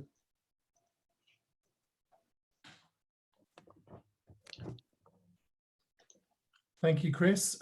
Through the Mayor, the advice from the traffic team is that the costs involved here will be relatively small, and they can be incorporated in the budget that's set aside for these type of processes in a normal financial year. So I don't think we should spend too much time trying to recover a little bit of money from the state. Thank you. Sorry, anything else, Councillor Henschke? No, thank you. Okay.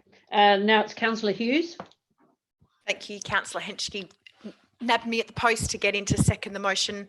I think Councillor Davey has covered it off very well, and I'd like to thank her for her efforts pulling this together with the administration. We've obviously seen also some emails from local residents coming through over the last few days. This is a significant issue. We heard the deputation a few meetings ago, and I really do hope that you'll support this. I think it's a good compromise between monitoring and seeing what happens, but also being proactive in terms of the approach to make the lives of residents a little bit easier throughout the construction phase. So I hope that you support it. Councillor Pickett.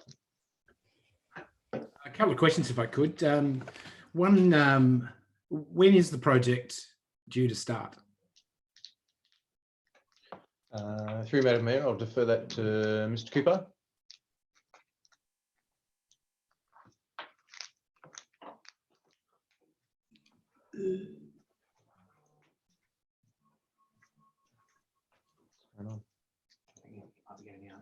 Apologies, Chris. Having a few mouse problems. Through They're the, not through the four-legged. mayor, I don't believe we've got a start date as yet. So that's why we were proposing that 6 months timescale with Councillor Davey, just to ensure that some substantial work has actually taken place at that intersection. We think in the first phase of that work, most of the work will be around the demolition on the western side of Portrush Road. So within that 6 month time period, we'll hopeful that we'll have something to report on and be able to monitor the traffic in the meantime. As a follow-up question, what stops us putting those changes to the left-hand turn coming off McGill Road and the left-hand turn going on to Portrush Road, to those streets we were talking about? Does anything stop us doing that immediately, or at least immediately the project starts? Have you heard a comment, Mr. Kibbett? Yes, thank you, Chris. Through the mayor, again talking to the traffic team in the last couple of days.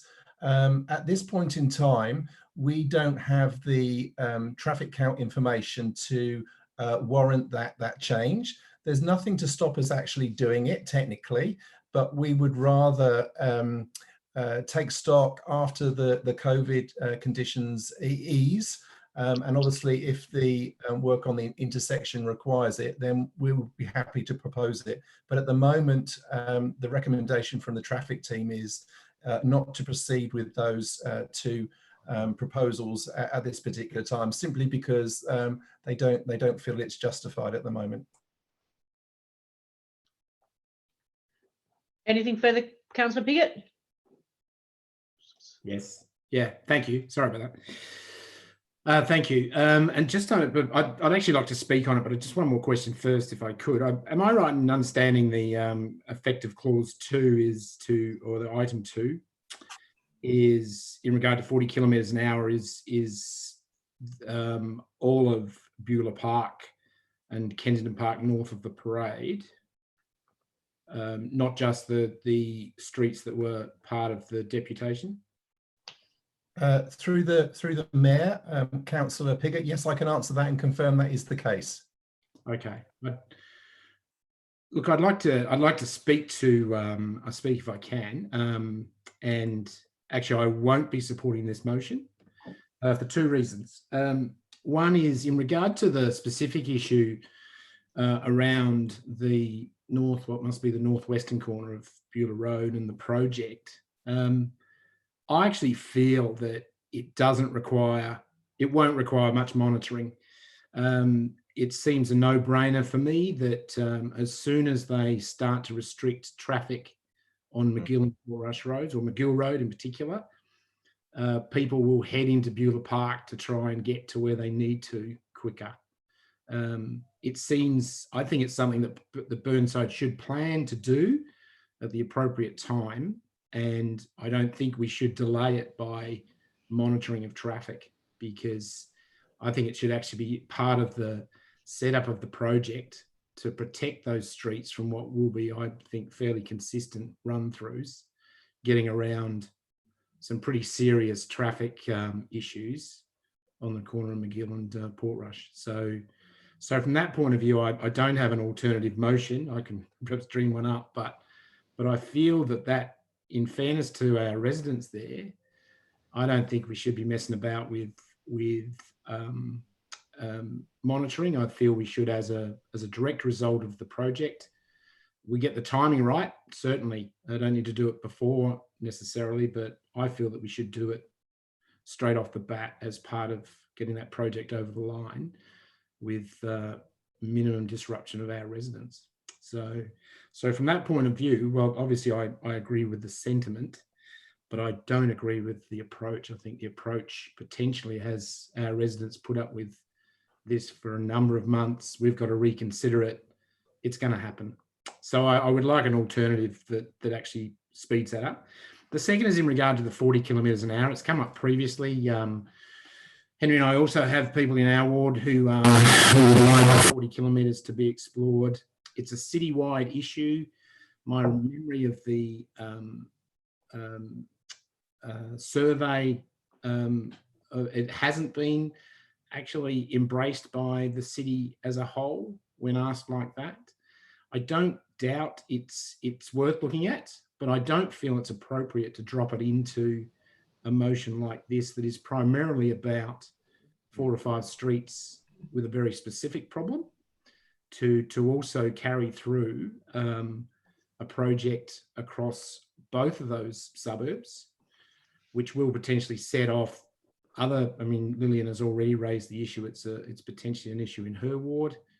And so I think that needs to be a whole separate debate. And from that point of view, I won't support this motion. Councillor Dawes. Oh, thank you, Mayor. I just want to continue along the lines of Councillor Pickett.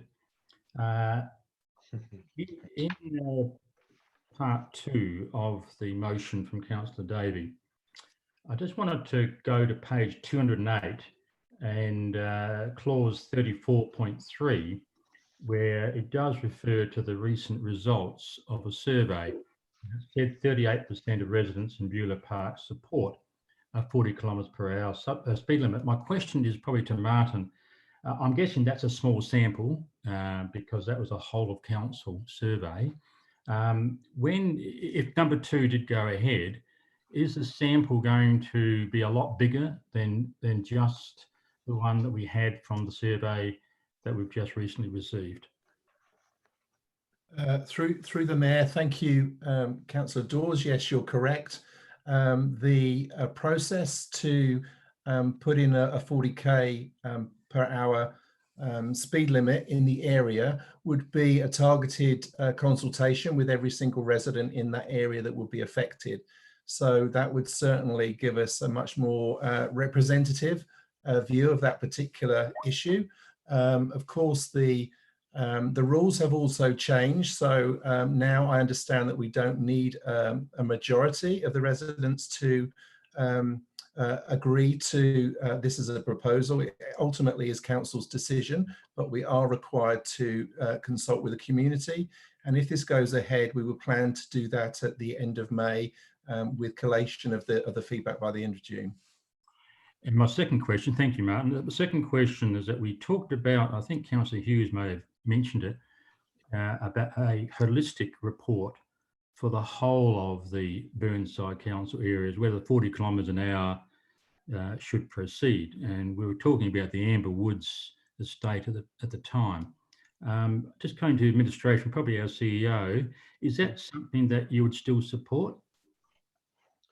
Through you, Madam Mayor, I think my initial commentary wasn't so much focused particularly around 40 km/h, but rather the need to have a look at our city holistically in terms of traffic control measures to mitigate all the concerns we're having.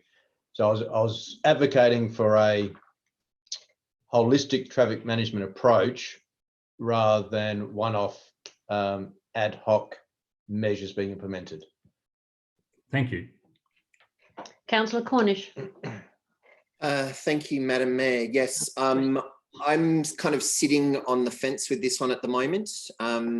I can kind of understand the rationale to re-investigate the 40 km precinct zone and speed limit in the area. It was done in 15-16 and we didn't receive obviously the required responses to take it further under those rules back in that period of time. I do have a little bit of concern in terms of potentially no left turns from Oban and Thornbury streets. You can only turn left from those streets. You can't turn right onto Portrush Road. So effectively, you'd be converting them into one-way streets anyway. So why not make them one-way streets just peeling in from Portrush Road? And I just think that there's actually a simpler solution with some of these. You just get some of those concrete barricades from, the Adelaide 500 and just temporarily block off some of the streets down near McGill Road after the businesses have got their, rear driveways. You just block them off, change a few of the signs from McGill Road and say no through road, and you're effectively done there. And that's a cheap, easy solution. And Dipti should be able to even provide some of those barricades for us. And that would stop all the rat running that would certainly occur during this build period, and protect the residents. So I haven't heard enough to probably sail me over the line with this one at the moment, but I'll wait and see at the end. Thank you. Councillor Davis. I'm going to need help. But I'm thinking about moving an amendment to largely take on board Councillor Piggott's and everybody else's view, and maybe this could be done, I suppose, perhaps with the indication of the mover and the seconder, to get rid of the 40 kilometre per hour. That's number 2. And before you say it's ultra vires, I suppose there are two different, maybe check. And then secondly, to do it now, essentially in line with Councillor Piggott's idea. And I need help. So I think delete 2, and rather than monitor, to implement, something like along the lines that the administration takes such steps as they deem necessary to reduce, to ease the burden on local traffic. Through Madam Mayor, I'll defer back to Councillor Davey. However, my understanding would be that's substantially different to your intent. What are your thoughts, Councillor Davey? I would be happy to consider that. I think, bearing in mind the tenor of the debate and some very common sense suggestions, I'm happy to take those on board. Yeah. Okay. And now need Councillor Henschke. We just need your inputs into the concept of removing point 2. Can you clarify what it's going to be replaced with? I'm not clear. Nothing.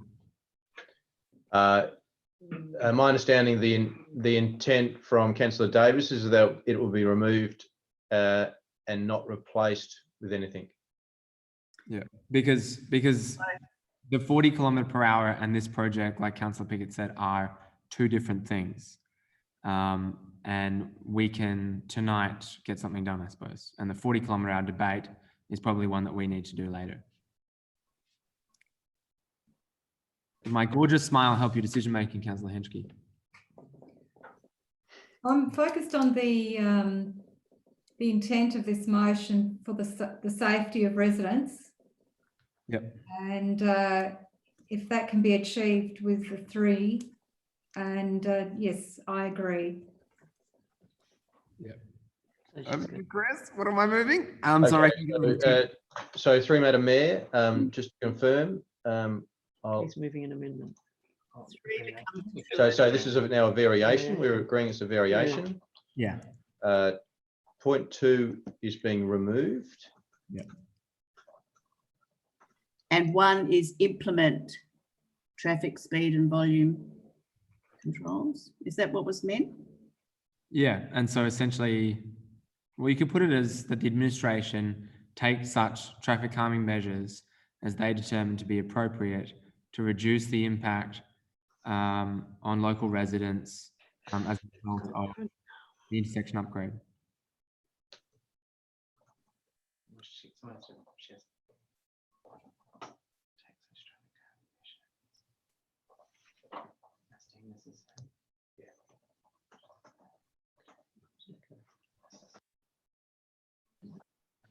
Any traffic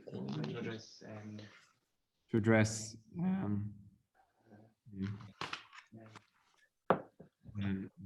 to address the impacts on from cut through, to address the impacts of cut through traffic on local residents as a result of the intersection upgrade.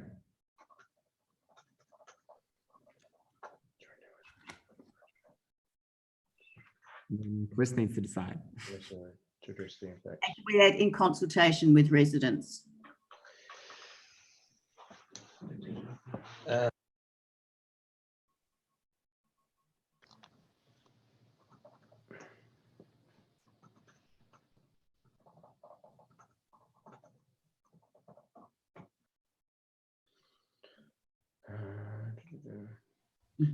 Councillor Davis, are you comfortable with point 1 now? Yeah, I think so. What do you reckon? Well, it's not my motion. I need to defer to Councillor Davey and Councillor Henschke to confirm that they are comfortable. I just can't read the whole motion. I've got it needs to go over. Continues to monitor traffic speed. Can someone read it out? Because I can't see the whole. Well, can I sum it up? Basically, they're going to monitor. If they find that there's problems, they're going to do something about it in consultation with the residents. In 6 months' time or within, they're going to provide us with a report about how it's going and essentially what steps they've taken. And then you can get rid of 3. And just leave 3. No, leave 3 in. So then we have 1, 2, and 3. I'm happy with that. If Lillian is too. Yes. Thank you very much for your help. And 3 just kind of complements what are the things that you can do. Yes, yes. And what are the types of things that you would do? Wordsmithing.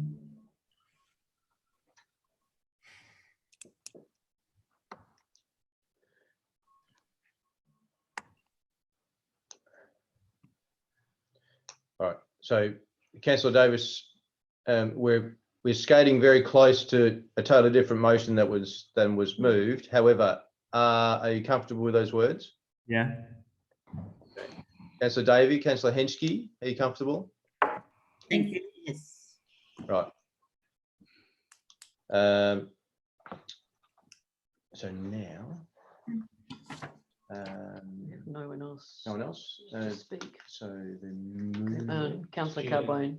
Oh, sorry, Councillor Carbone. Councillor Carbone, you wish to speak? Just a question, if I can, Your Worship. So the staff are going to go out and do things to control traffic flow, but the speed limit will still be 50. Is that what it's saying? Because you've got 1. Sorry, Madam Mayor, there's a question posed. Councillor Carbone, could you just repeat it, please? Sorry, Your Worship, to yourself or the CEO. So the question is, going by the wording of this motion, amended motion, so the staff are going to go out and do things to control traffic flow, but the speed limit will still be 50. Through Mayor, I might just refer that question to Mr. Cooper. Thank you.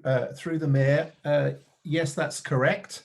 The other thing, just to make clear as well, as it's written at the moment, we would not be starting those traffic calming result or efforts at this particular time, because number 3 still requires pending the adverse results of traffic monitoring. So I just want to make clear that everyone understands that this is saying do the monitoring, and if required, then we go out and do those measures, which of course will be subject to due process. Okay, I just wanted to check, because I thought a pretty big part of this motion, original motion that Councillor David put forward, was the 40 kilometres an hour. So I thought that was pretty integral, but obviously it's been no longer the case. I just wanted to check on that. Councillor Davis, you wish to ask a question? Can I speak to it? Oh. Yes, you can. Yes, you may. Yeah. Look, thank you for bringing the motion and for the debate. I think that this highlights exactly why local government having group decision making is a good idea. And so my understanding of what this will do is it will allow the administration to go ahead and monitor the situation. And we want to be proactive in this regard, and we don't want to have to come back to council and have a whole bunch of reports to try and act. And so if the administration can do something quickly that in their view would ease the difficulties, and the reality is there might not be a problem, but if there is, then we're essentially now enabling them or giving them the power to go ahead and fix it, following the process of consultation and within the powers that they might have. And in my view, I think that our administration are very competent. I would trust them to go ahead and to make those changes as the project evolves. And the reality is, if we don't react quickly, that the opportunity will be lost to reduce the impact. In my view, I understand the 40 kilometre per hour discussion, as was agreed by the mover and seconder. I agree with you, and I've had many residents approach me about that, but I think that that can be left for another time. And I think that this council should consider a policy of when we introduce 40 kilometre per hour, what percentage do we need and how do we go about that so that we as a council can consider that. But in my view, that is a much longer process here. And so it's certainly something that we can revert back to. And Councillor Henschke, I think that, it's certainly something that we as a council should look at holistically and strategically about how we do that. But in this case, we're going to have arising quick problems. Like if they shut down the road, then are people going to be pouring through the suburbs, and we need to be able to react quickly to that. So I support the varied motion. I thank the mover and seconder for their consent to the amended motion or varied motion. Now, who's allowed to speak at this point in time? Goes back to Councillor Davey? Yes. All right, now going back to Councillor Davey to close the debate, since I have no other names up on the screen. Thank you, Mayor. Thank you, everyone, for your input and collaboration and getting some sort of measure of control to what is a major challenge in a suburban life, especially when you're approaching with some concern, as these residents are, major roadworks in a huge big adjacent intersection.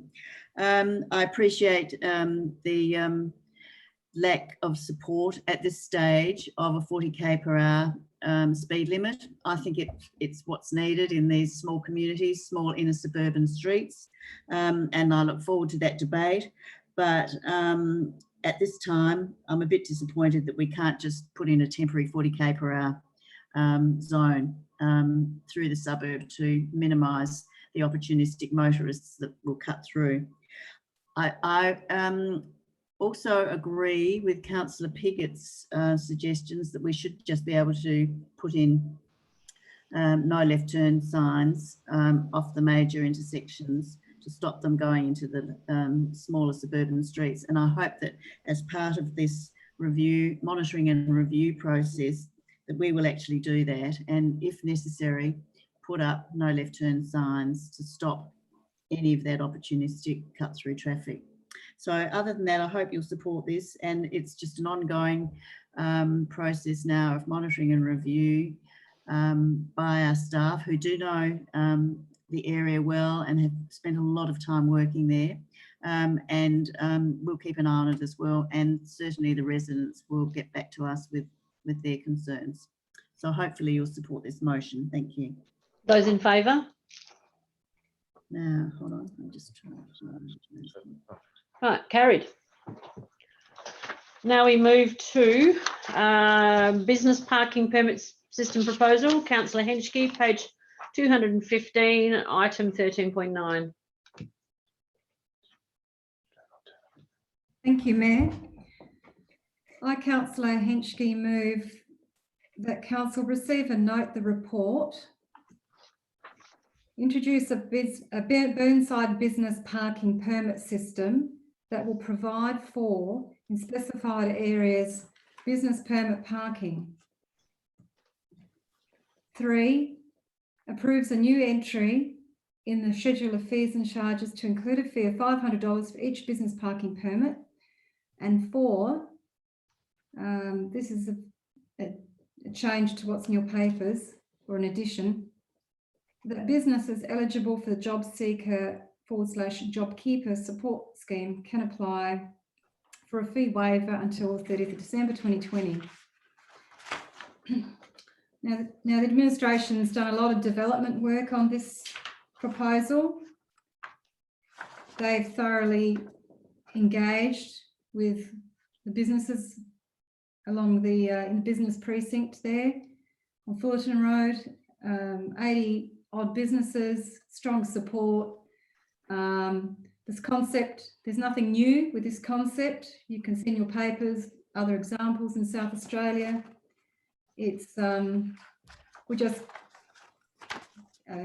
doing what we need to do, and especially now in times of COVID, we need to also recognise any financial difficulties. So it's I'll open it for debate, but I hope you will support this initiative.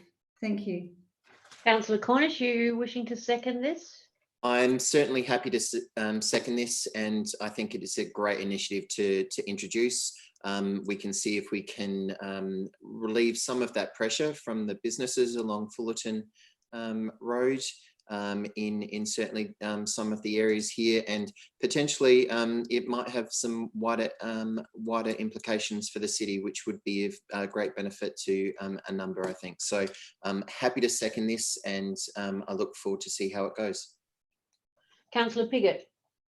Yes, could I just a technicality, point 4 should just be job keeper. Job seeker is not a scheme that businesses are eligible for. It's basically Centrelink for individuals. So, and having done that, and even before that, probably I'm happy to support it. Also, I think it's a good solution that does actually provide our ratepayers with a benefit, albeit they are us being paid for it, which I think also is a good thing in this case. So yeah, I'm very happy to support it. Well done. Councillor Davis. Oh, yep. Sorry, I was just trying to agree with Councillor Piggott, not Seeker. Yep. Excellent. Right. Do you wish to speak again, Councillor Henschke, or are you happy for me to put the motion? Thank you, Mayor. Happy to put the motion. Thank you. Right. Those in favour? Carried. Thank you very much. And now we move to Councillor Hubel, 13.10, page 223. The Old Collegians Rugby Football Club financing. Thank you, Your Worship.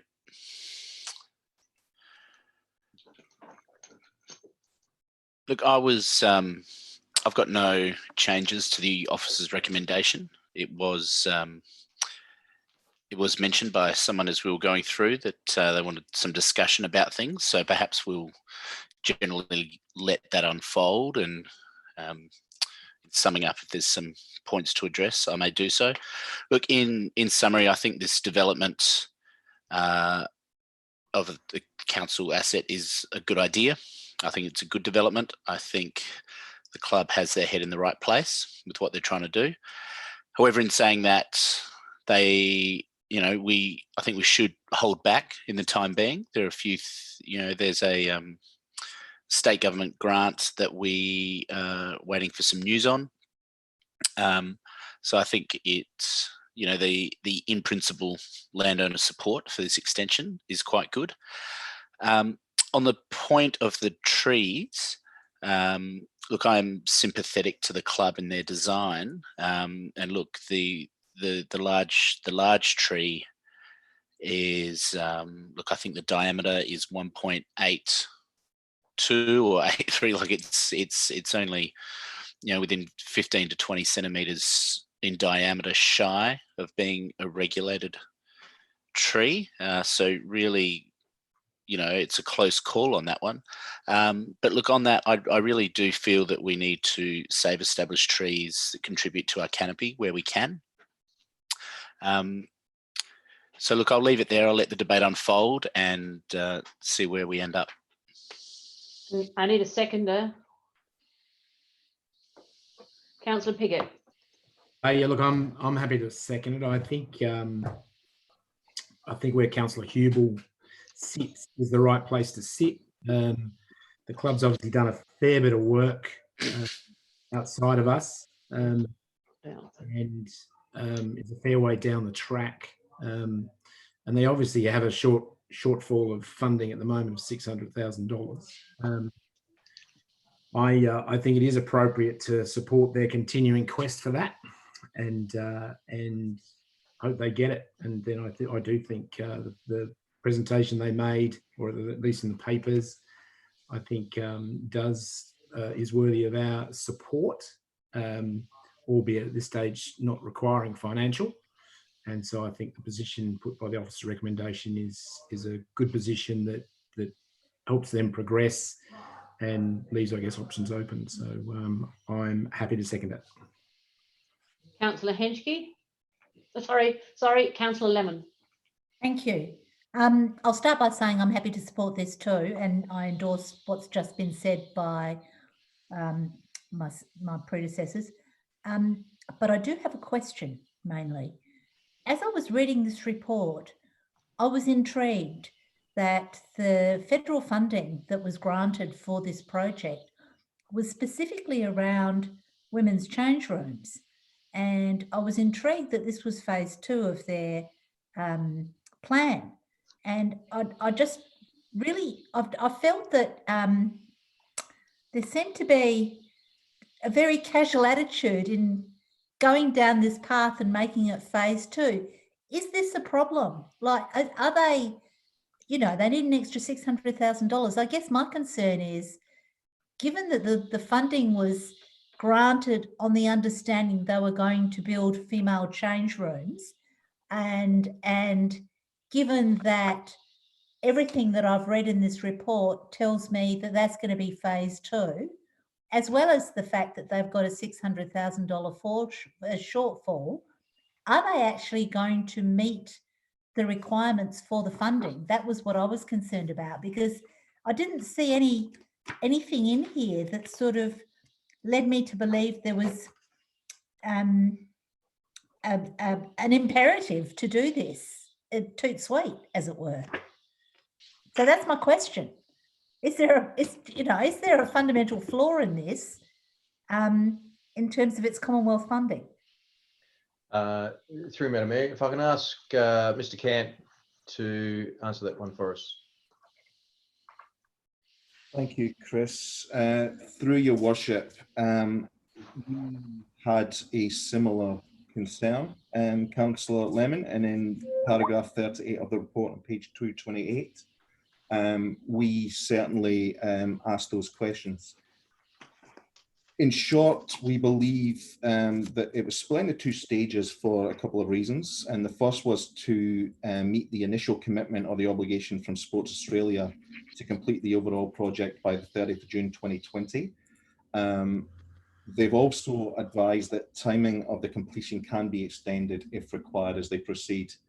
Further to that though, and regardless of whether council provide any funding to them, the club have committed to proceed with the project regardless to the full component of stage 2, which will achieve the completion of female changing rooms, which would essentially meet the terms of the Commonwealth funding.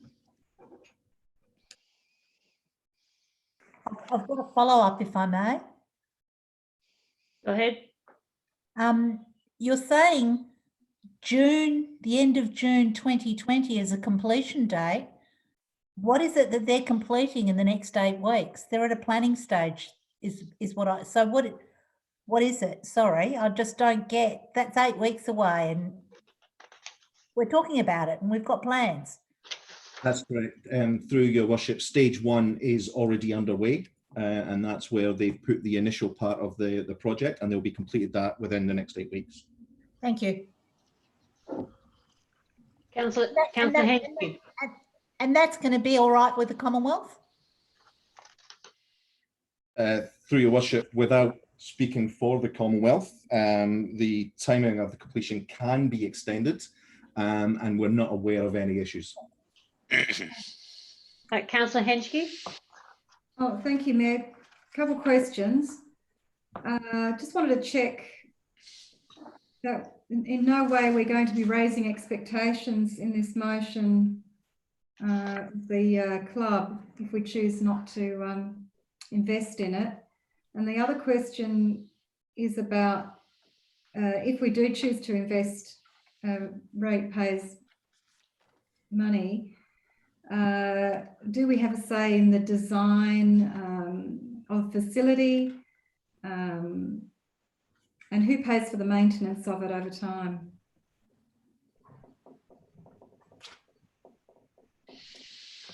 Through Madam Mayor, if I can refer that question to Mr. Cant. Absolutely. To answer your second question first, the maintenance obligations are covered by the lease, so ongoing maintenance would be the responsibility of the club themselves. The development application is currently in process, and we have an opportunity at this stage to provide feedback. And that's what we're doing, working with the club to try and minimize any impacts on any public trees or open space.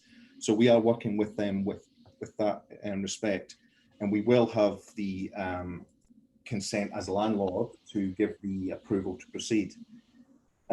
With respect to if council provide funding and whether or not we have the opportunity to provide further involvement within the actual design of the building, that would be something that council would have to consider at that stage, I would recommend. The design has been submitted as per the club's request at this stage, and further to us trying to minimise the impact on any open space. And that's as far as we've been involved at this stage. Councillor Turnbull. Thank you, Mayor. Minor question first. Could you please explain to me what peppercorn rent is? I see it often around. Peppercorn rent. Through Madam Mayor, I know Councillor Davis is chafing a bit to answer this question. However, peppercorn rent normally refers to a very nominal rent, and in my experience, for example, it could be $1 per year. So in other words, they're getting a pretty good deal from the council to start with. I thought that on the 14th of April, the council resolved to not fund any new capital projects, like 600,000 for this one. Am I correct in that? Through Madam Mayor, it is correct in the previous motion that council has adopted. However, this recommendation that's before you is asking council to hold off on considering the financial contribution until we understand the outcome of the stimulus package. Yes, that's going to be my next thing. I'd like to see it, this request deferred until they know if they're eligible for the state government stimulus package. I'd also like to have some more detail on their community involvement, using the community to, the community using that in that new building that's going to happen. So far, they've mentioned Christmas carols, wow, bingo, wow, wow, and outdoor movies. Surely there could be some more things that the community could be involved in. Perhaps they could come back with another list. I think we need a bit more information on that one too. Thank you. Councillor Dawes. Thank you, Mayor. Looking at the officer's recommendation and number 2, it says subject to the retention of the existing trees on public land. Now, we heard from the deputation earlier this evening that that can't happen. So my question to the administration is, are we at a stalemate? Through Madam Mayor, if I can refer to Mr. Cant. Thank you, Chris. Not necessarily at this stage, Councillor Dawes.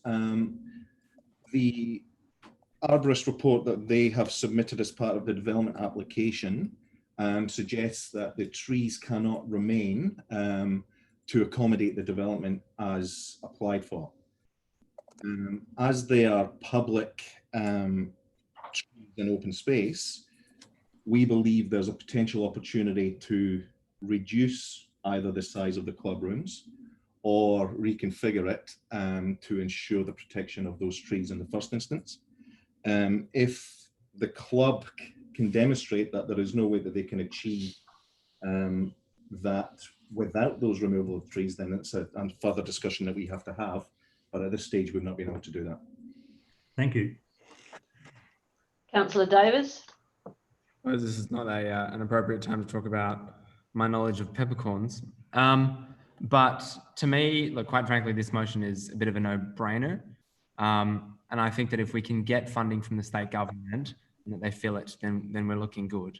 And depending on the support of the state government, then it'll have to come back to council for further approval. So my understanding is we're not committing ourselves to this at this stage, but we're certainly not holding it up either. If the state government comes back with a good sum, then in my view, a jointly funded or tripartite agreement here between the 3 levels of government would actually give good bang for buck for our residents. So to me, it seems pretty straightforward. So I'll be supporting this. Councillor Davey. Thank you, Mayor. Yes, I'm happy to support this. I think the funding opportunity, funding grant is a great opportunity, and hopefully that will be still available. My big concern, and I think this will be a wonderful community asset, but my big concern is that we must retain the existing trees on the public land. I think in terms of all of our commitment to climate change and retention of our tree canopy, I think it's up to the club to design a building that accommodates these existing trees.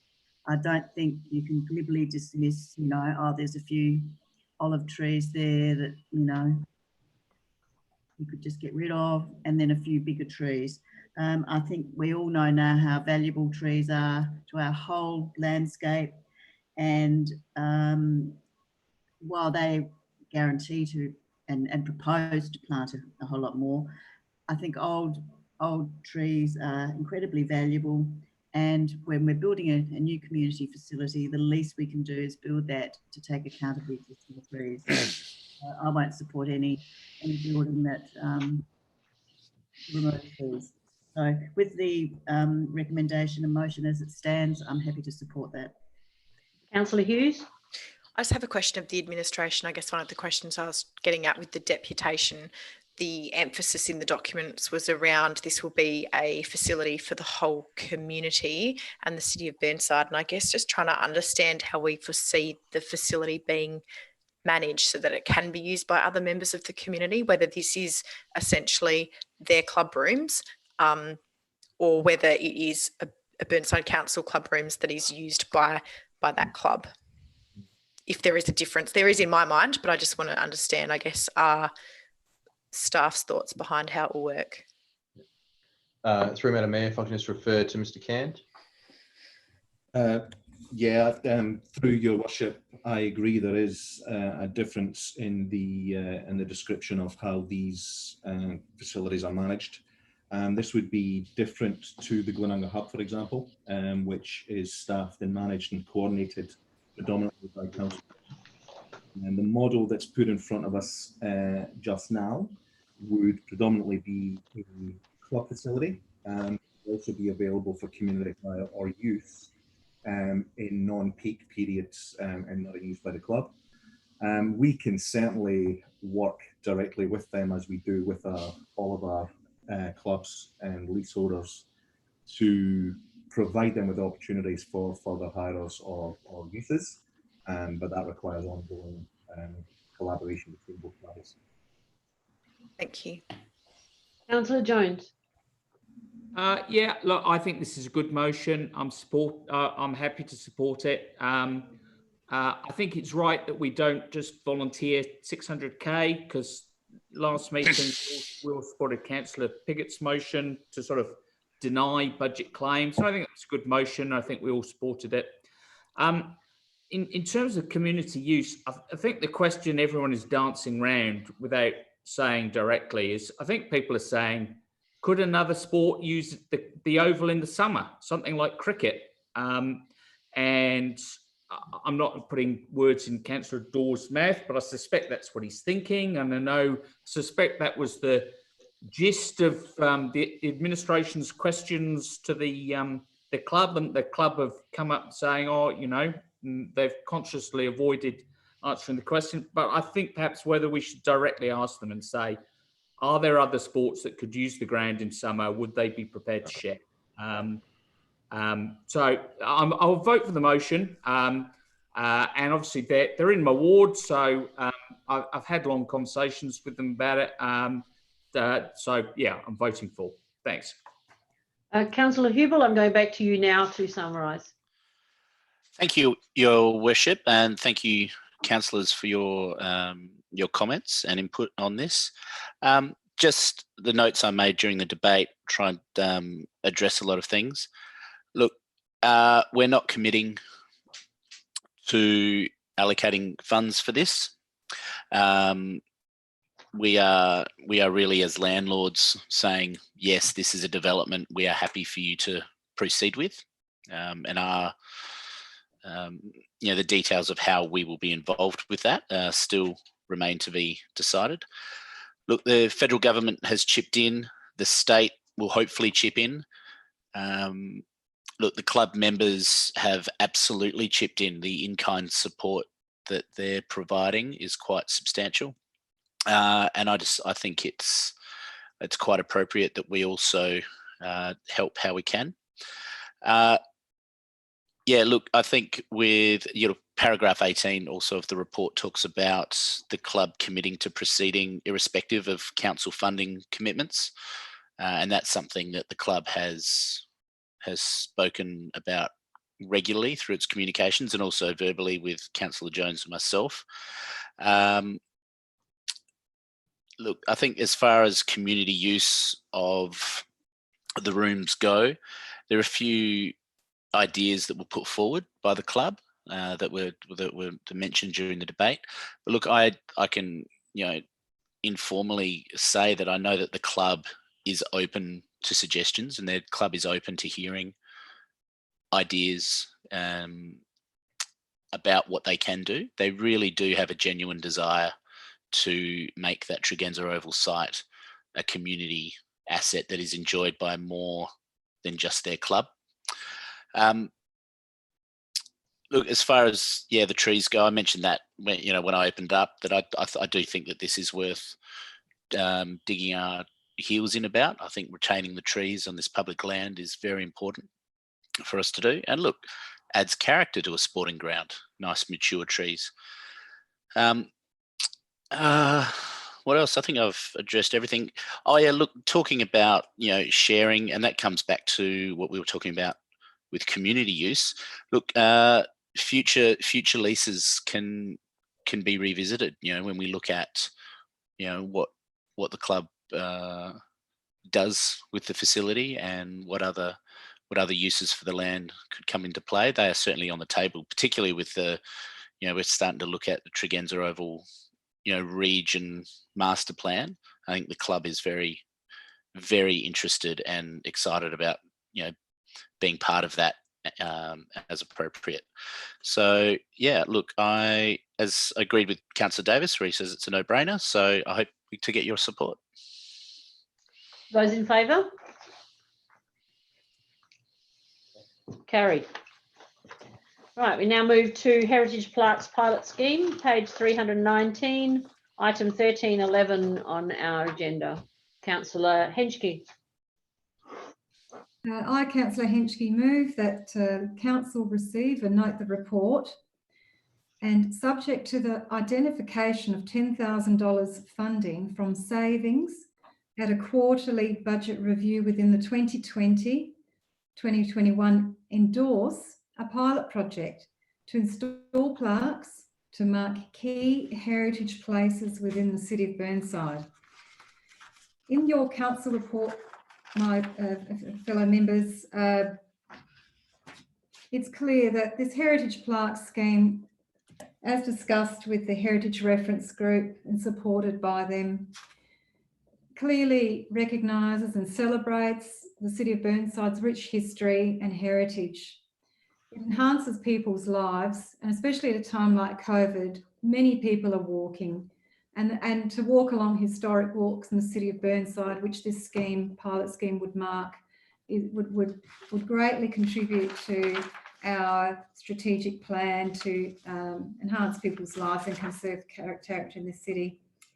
So, and again, the council administration team, with their capabilities, have proposed here that an accessible database be created as well to complement the physical. So we've got the virtual and the physical records.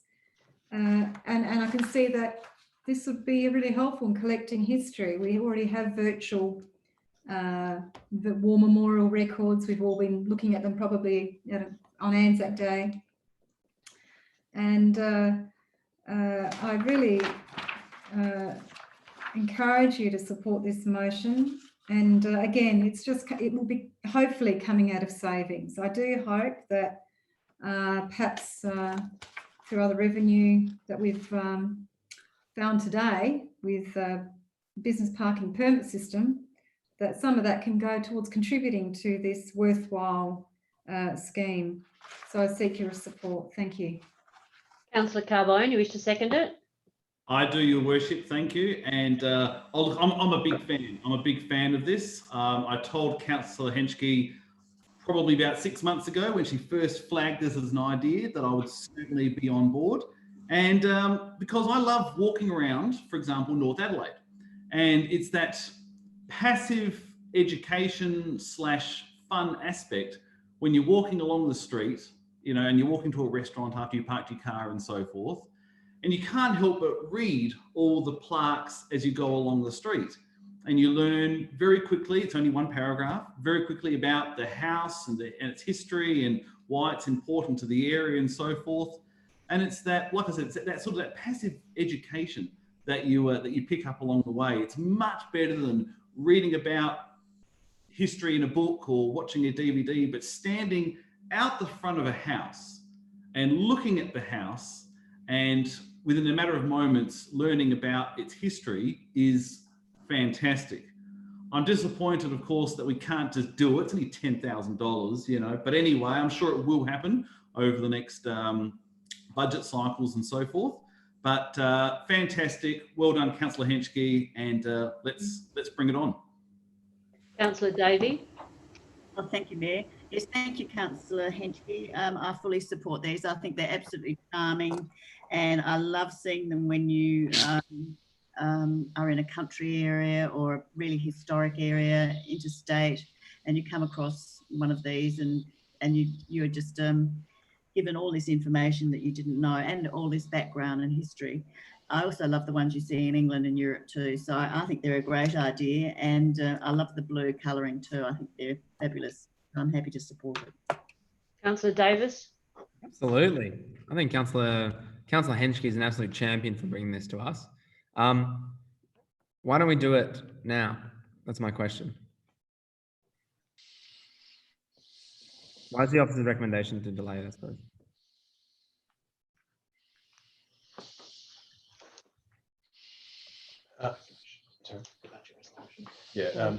Through you, Madam Mayor, the reason particularly why we're looking at approach it this way is because Council resolved last meeting that no additional project could be added into the budget as officer or councillor bids.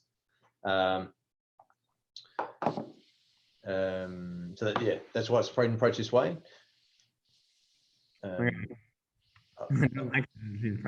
assuming your question, sorry, Councillor Davis, I was hesitating. I'm assuming your question really was about why can't we do it now and fund it out of this year? Is that right? Sorry, Councillor Davis. We have to run a rescission. To just no, no. Certainly, you wouldn't have to run a rescission motion.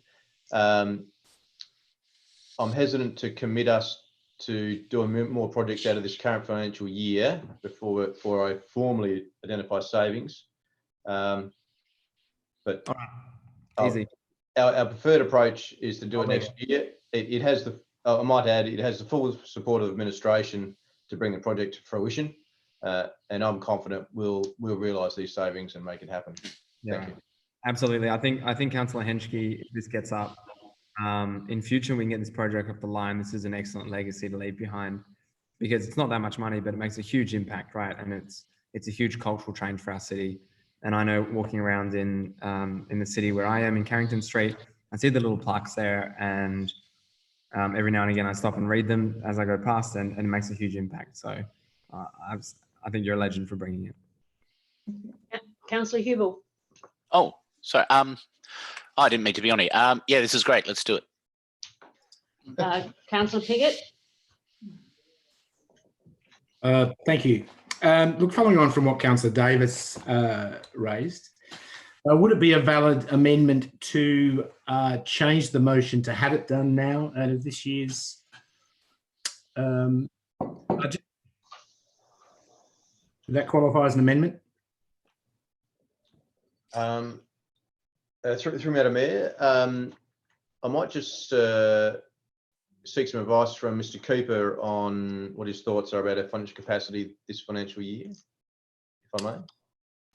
We could refer to the financial report at 13.3. Yeah, thanks, Chris.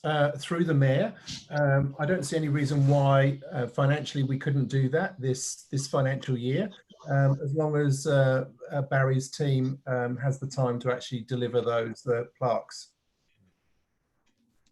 Yeah, if you don't mind, I'll jump in there. Financially, it wouldn't be the issue. If you look at the estimated timeframes table on page 322, paragraph 21, we have to seek consent from the property owners and then order the plaques and the wording and the installation, which is the majority of the funding. We may be able to do some of that this financial year, but we wouldn't be able to do all of them.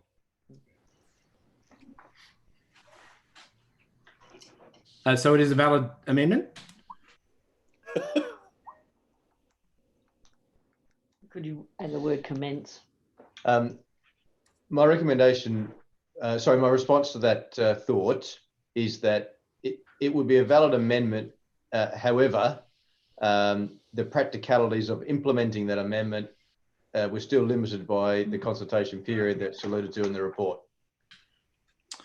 At the risk of paying something else ahead of getting it, all you need to do is spend the money before June 30 and have it in train. It just seems a real shame, actually. I mean, I think the principle of not putting it in 2021 without savings is valid. I'm certainly not looking to mess with that. However, you know, it's $10,000 in a $49 million budget, a budget that we are, you know, sailing in front of in the current financial year. So I would like to raise that as an amendment, and if you can't do it, you can have to come back and tell us perhaps. Wording, please, Councillor Piggott. Yep, so one stays as is, and two would be that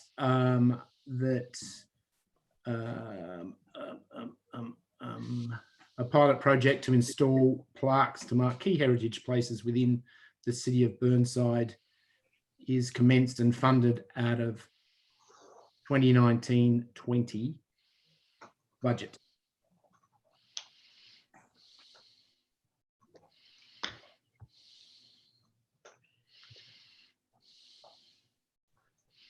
Councillor Goodwin, should we? There's three to speak. So he needs to put his hand up. Sorry. Does that require? That's a completely different one. Perhaps they'd like as a variation.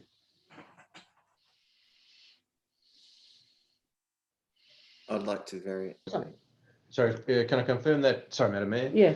Can I confirm, Councillor Piggott, you're attempting to have that as a variation? No, I'm happy to have an amendment. I just thought there was some murmurings that it's not a valid one. If it's a valid amendment, I'm happy to run the amendment.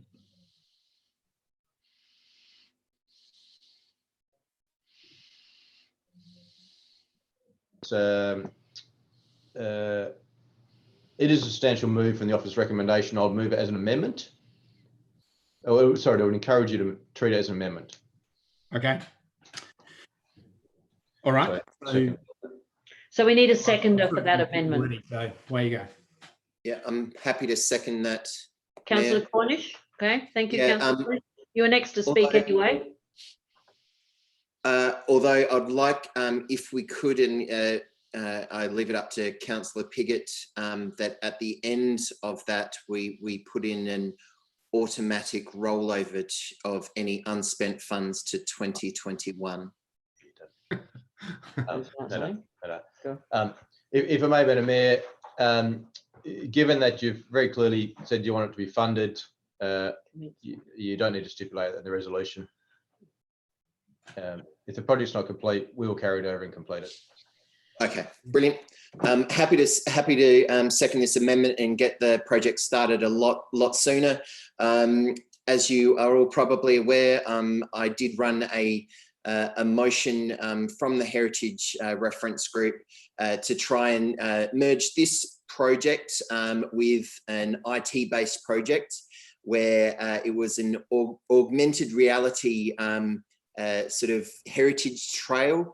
So you'd come across one of these plaques, bring your phone up, and it would actually show you photographs of the building that was there 100 years ago, what the street was like. You could listen to stories of people that used to live in the building, and we could add to that. So that was obviously a project that we've shelved, but it's something certainly I think that going forward to get, you know, certainly the younger crowd more involved in heritage and getting that oral history as well for our local history would be very important. So, but this is a great first step, and I'm happy to support it, that it's going to happen faster. Right, I'm happy to move the amendment now.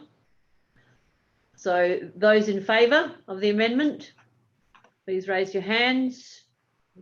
It is carried. Thank you. And so the amendment becomes a motion, and I'm now going to put that. Those in favour.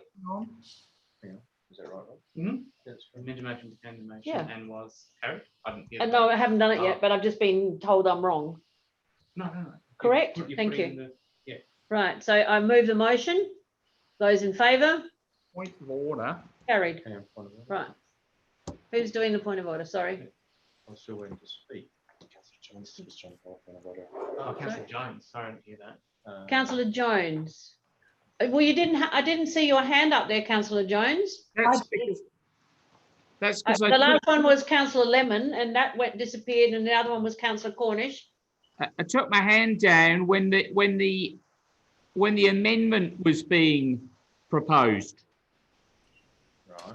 Right. So, but you didn't put it back up again. Councillor Lemon also took hers Because you down. immediately said, "Let's have a vote," which is why I posted on the chat. Okay. It doesn't matter, but Yeah, we've moved on now. We've had a vote. Motion is carried. The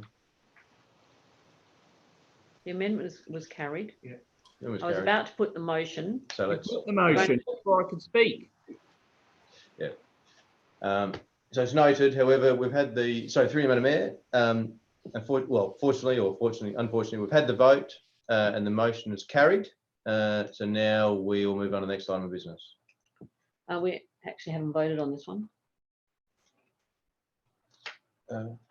Did we? Did you say We have voted on the amendment, and then we voted on the when it became the So the motion. amended motion became the motion. And that was voted on. Did you? I thought you said carried. Yeah, I thought I was just checking It's for all right. records to make sure I got it right. Okay. Yeah.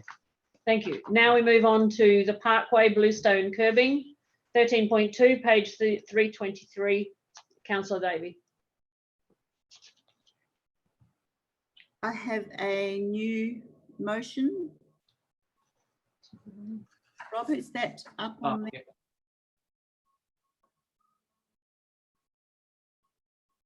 To replace the officer's recommendation.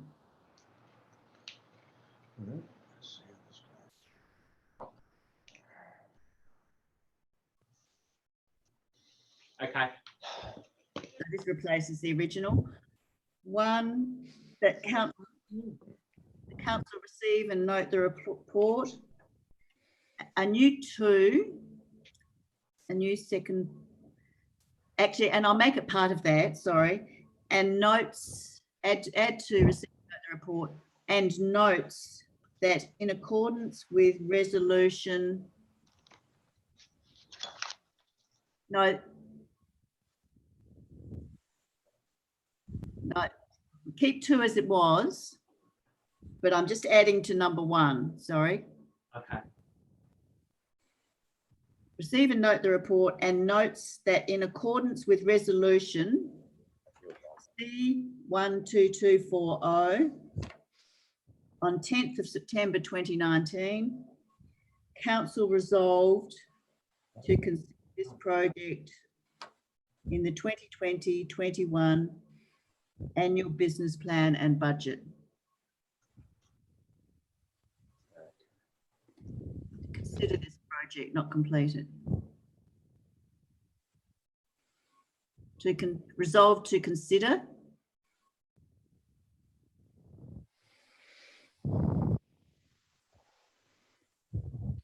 Resolve to consider.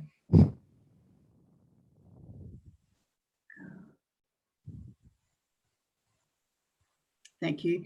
2, notes Council's resolution of C2512 of 14th of April 2020, including all operating and capital budget proposals by both administration and elected members in the draft 2020-2021 annual business plan and budget. However, 3, acknowledges the positive community feedback and support that's been received to date for the remediation of bluestone curbing and guttering in the Parkway Leabrook. And 4, includes the proposed $260,000 remediation works for the bluestone curbing and guttering in the Parkway Leabrook in the draft 2020-2021 annual business plan and budget and draft 2020-2021 long-term financial plan that will be presented to Council on 23rd of June 2020 following the statutory consultation period for final consideration. Thank you for your patience with that. But this, for those of you who recall, this has been quite a long and convoluted process. And I just want to make the point right at the start that this is not a budget bid, and it quite clearly results from Council's resolution, which has been well over 12 months in the making. As you have probably been approached by quite a few, the majority in fact, of the residents of this charming small street, they're very proud of their bluestone curbing and guttering, and especially because this is one of the last remaining examples of this in Burnside, and which is therefore, of course, heritage listed. However, it does need maintenance, like all our assets, and some of the changes made in the past years are now ageing and are resulting in significant safety factors, particularly ponding, and in some cases flooding of water at the juncture of the driveways where these meet the bluestone curbing. There's very little space, and once the stormwater flows, they're constantly blocked by debris and leaves.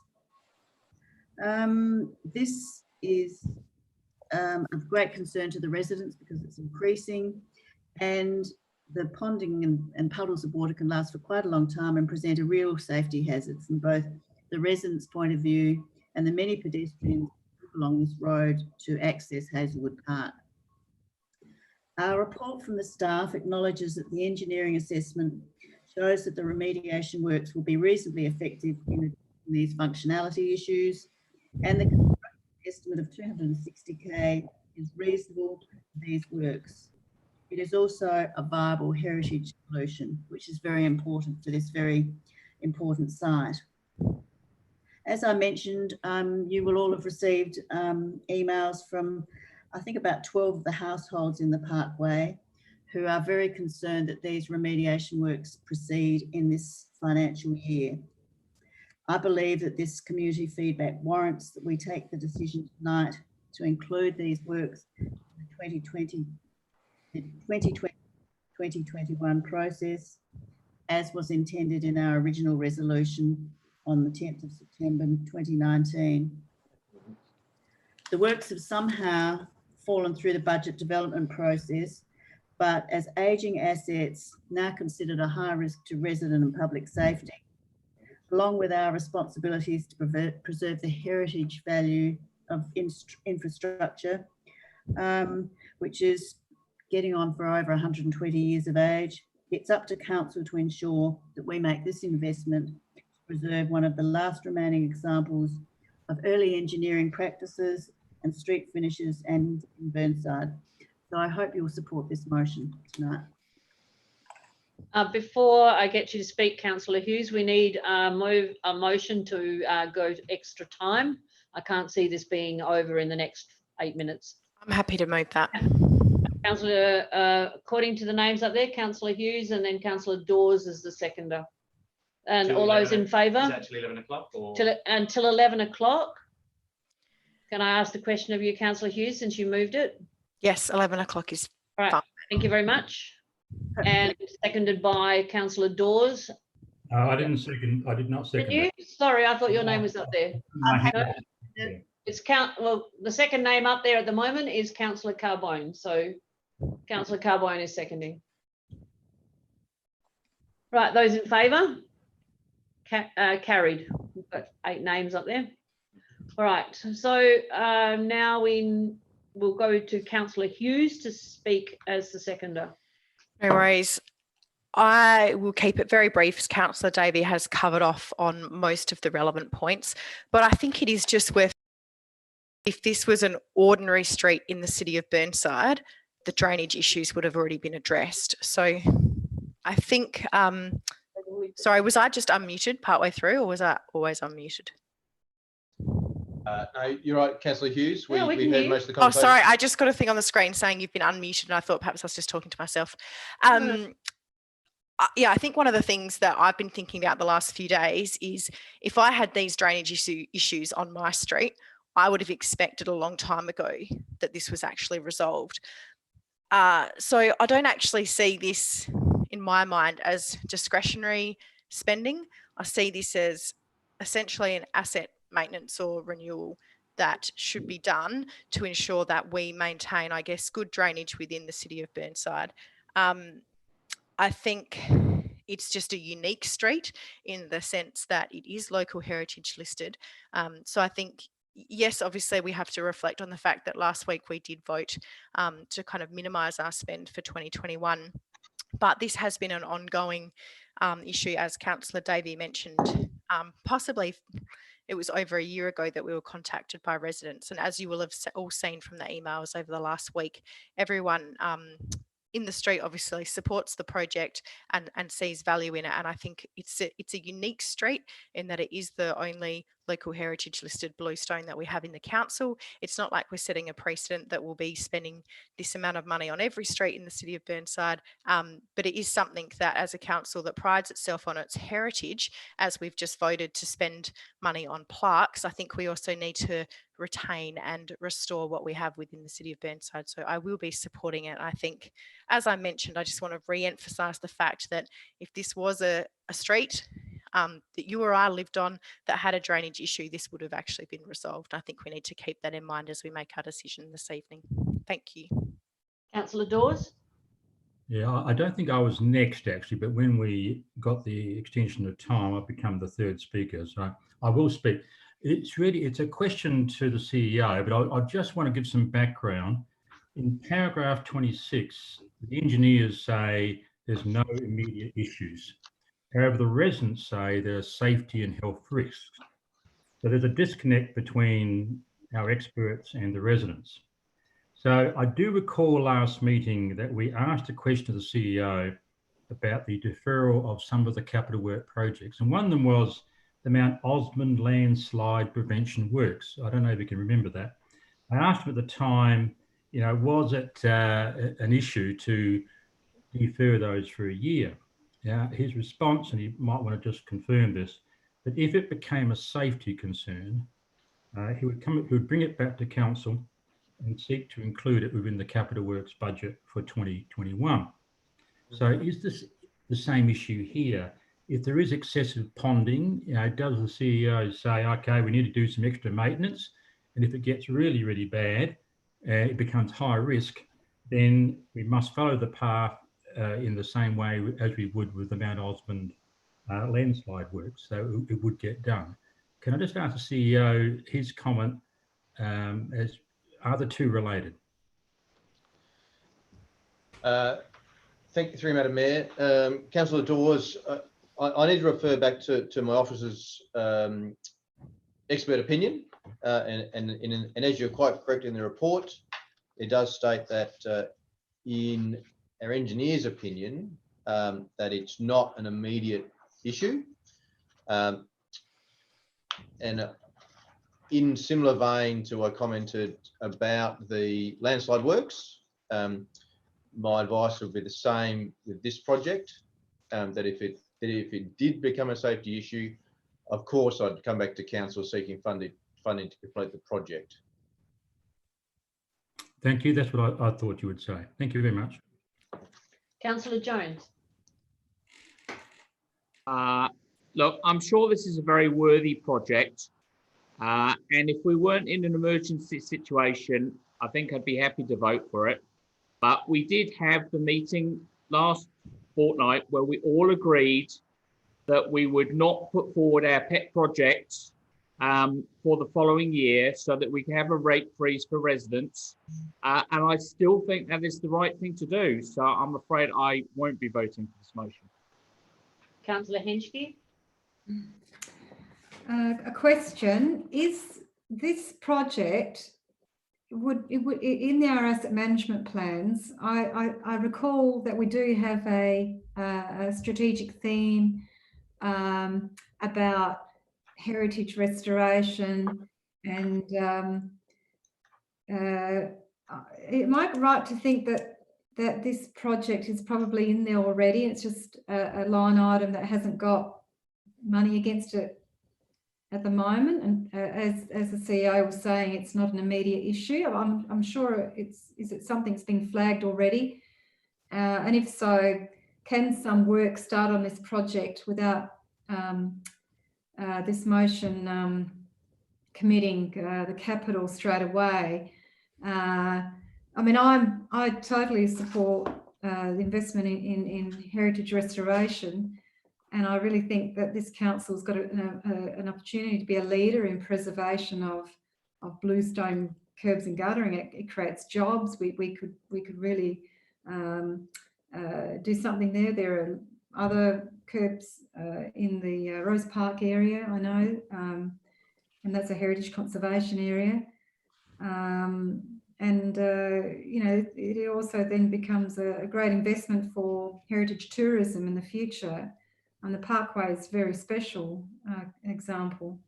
So anyway, coming back to my question, when we agreed last week not to fund any other projects, this is already in our asset management plan in some form. Am I correct?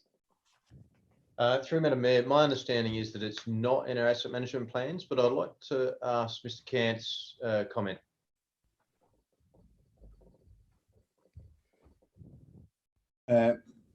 Through your worship, it's not prioritised within the first 10 years of the current asset management plans that were adopted by council in November. It is in our asset management system, however. It's just not forecast for renewal within the next few years. What council is looking to achieve with this motion is over and above what would be achieved as just the normal renewal process through the asset management system. So my other question is, does the priority of this have a warrant review? Through Madam Mayor, in essence, that's a decision for council.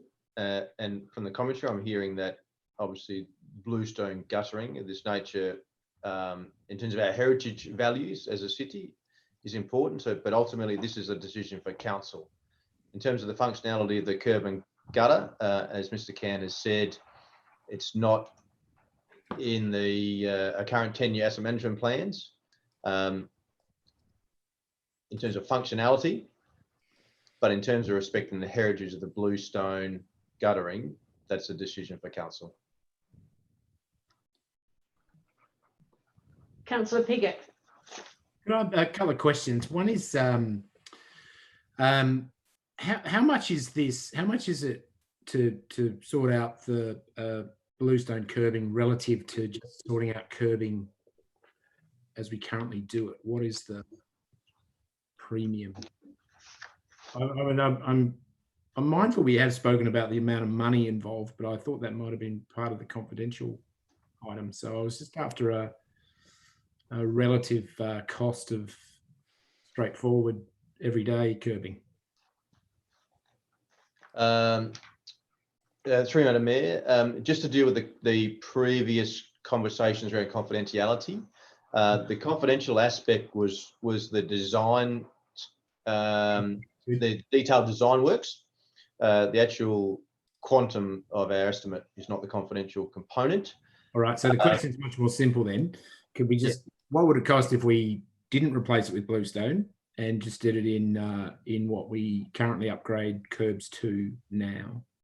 I don't know what our cost per linear metre of normal curb and channel is. Mr. Cant, would you be aware of that figure? We might have to take that on notice. Yeah, look, I would take that one on notice. To respond in some manner to Councillor Piggott's question, it's difficult to provide a comparison with respect to this because it's a different approach that we need to take for this particular project. Generally, where we do curbing, we replace old concrete curb with precast curb and gutter. Whereas on this process, we need to source and replace the bluestone itself, the original bluestone itself, and also take down the surface of the road to ensure that we get to the original bluestone itself and see if it's actually in place. So if we were just doing a normal resolution to the guttering and ponding issues, it would be a different process that we follow. So with respect to the actual unit cost of that, we'll have to take that on notice and provide that separately. Yeah, look, that's okay. I sort of needed it now if I was going to get it, so that's right. Don't worry about it. A couple of others though. Is it the only example in Burnside, or do we have others that will line up behind Parkway to do the same thing? Through Madam Mayor, Mr. Cant. So, Your Worship, it's the only local heritage listed bluestone street in Burnside. However, we have approximately 14 kilometres worth of bluestone throughout the city. Okay, and the last one, how much have we got in the budget to do curbing across the city for next year? Mr. Cant, do you have that figure handy? Give me 2 seconds. I'm just looking into it now.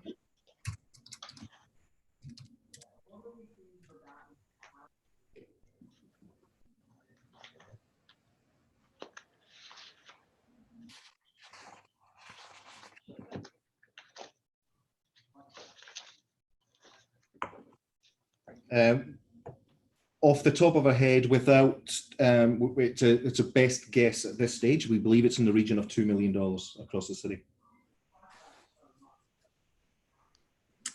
Okay, which perhaps begs the question as to why we can't include this in the $2 million under, given it was a council resolution.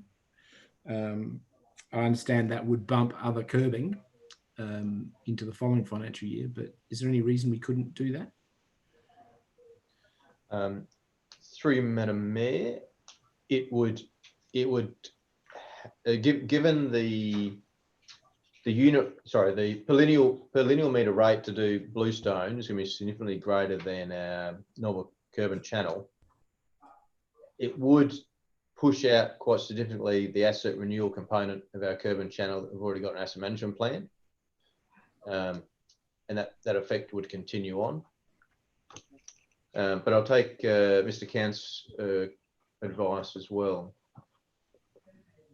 Through Your Worship, that was a fair comment, Chris.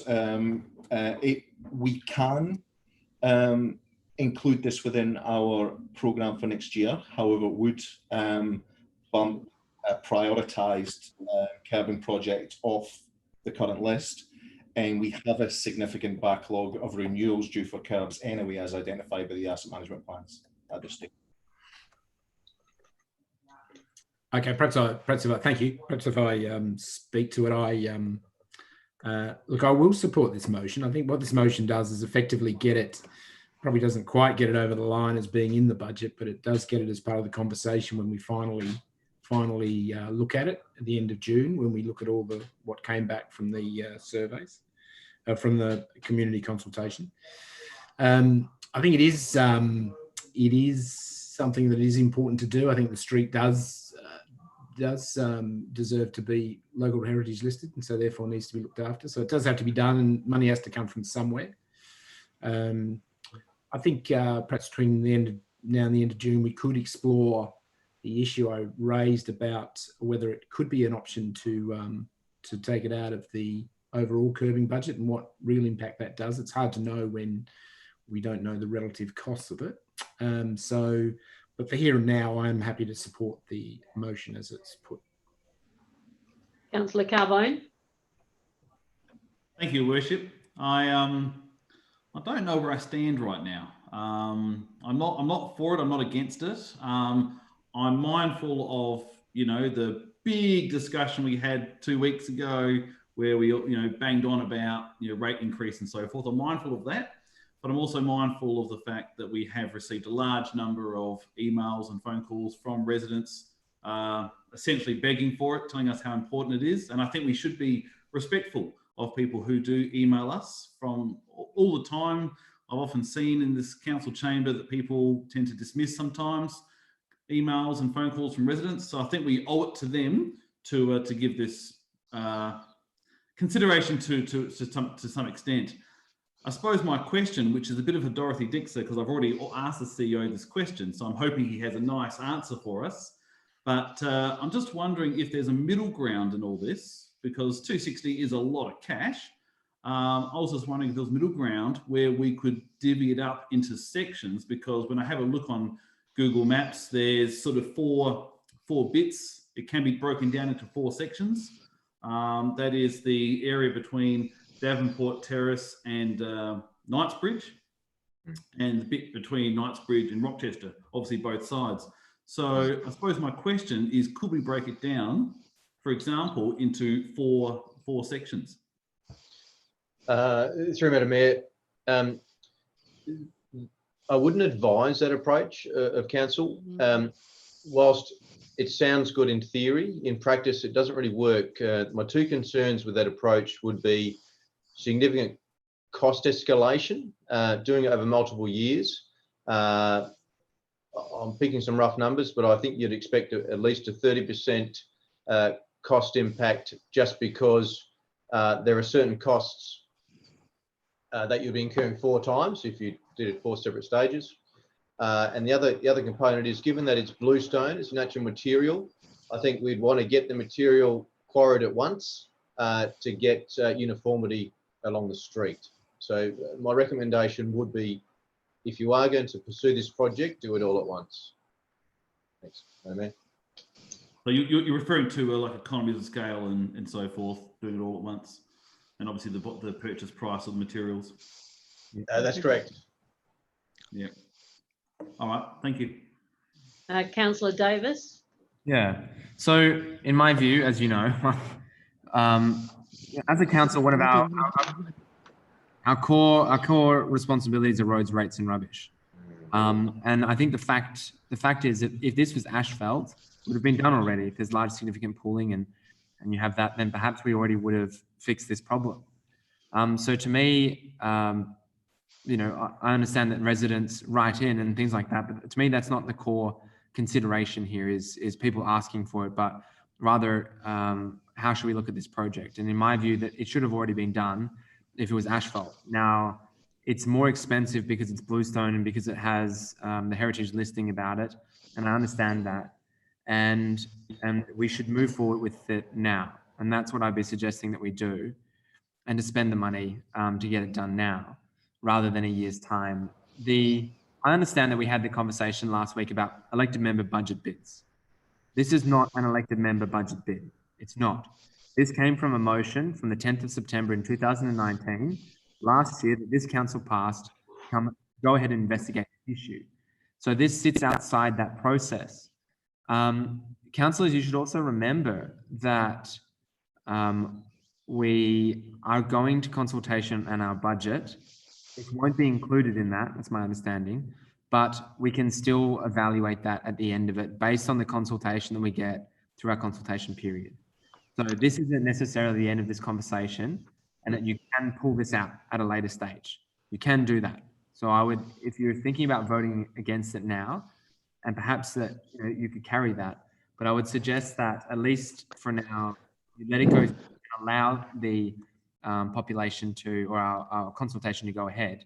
Because my understanding is that if we vote against this now, then we'd have to run a rescission motion, we couldn't actually get it back into the budget if that was the case. So if we did have significant community consultation, come back to our draft budget period, then we couldn't get back into the final budget.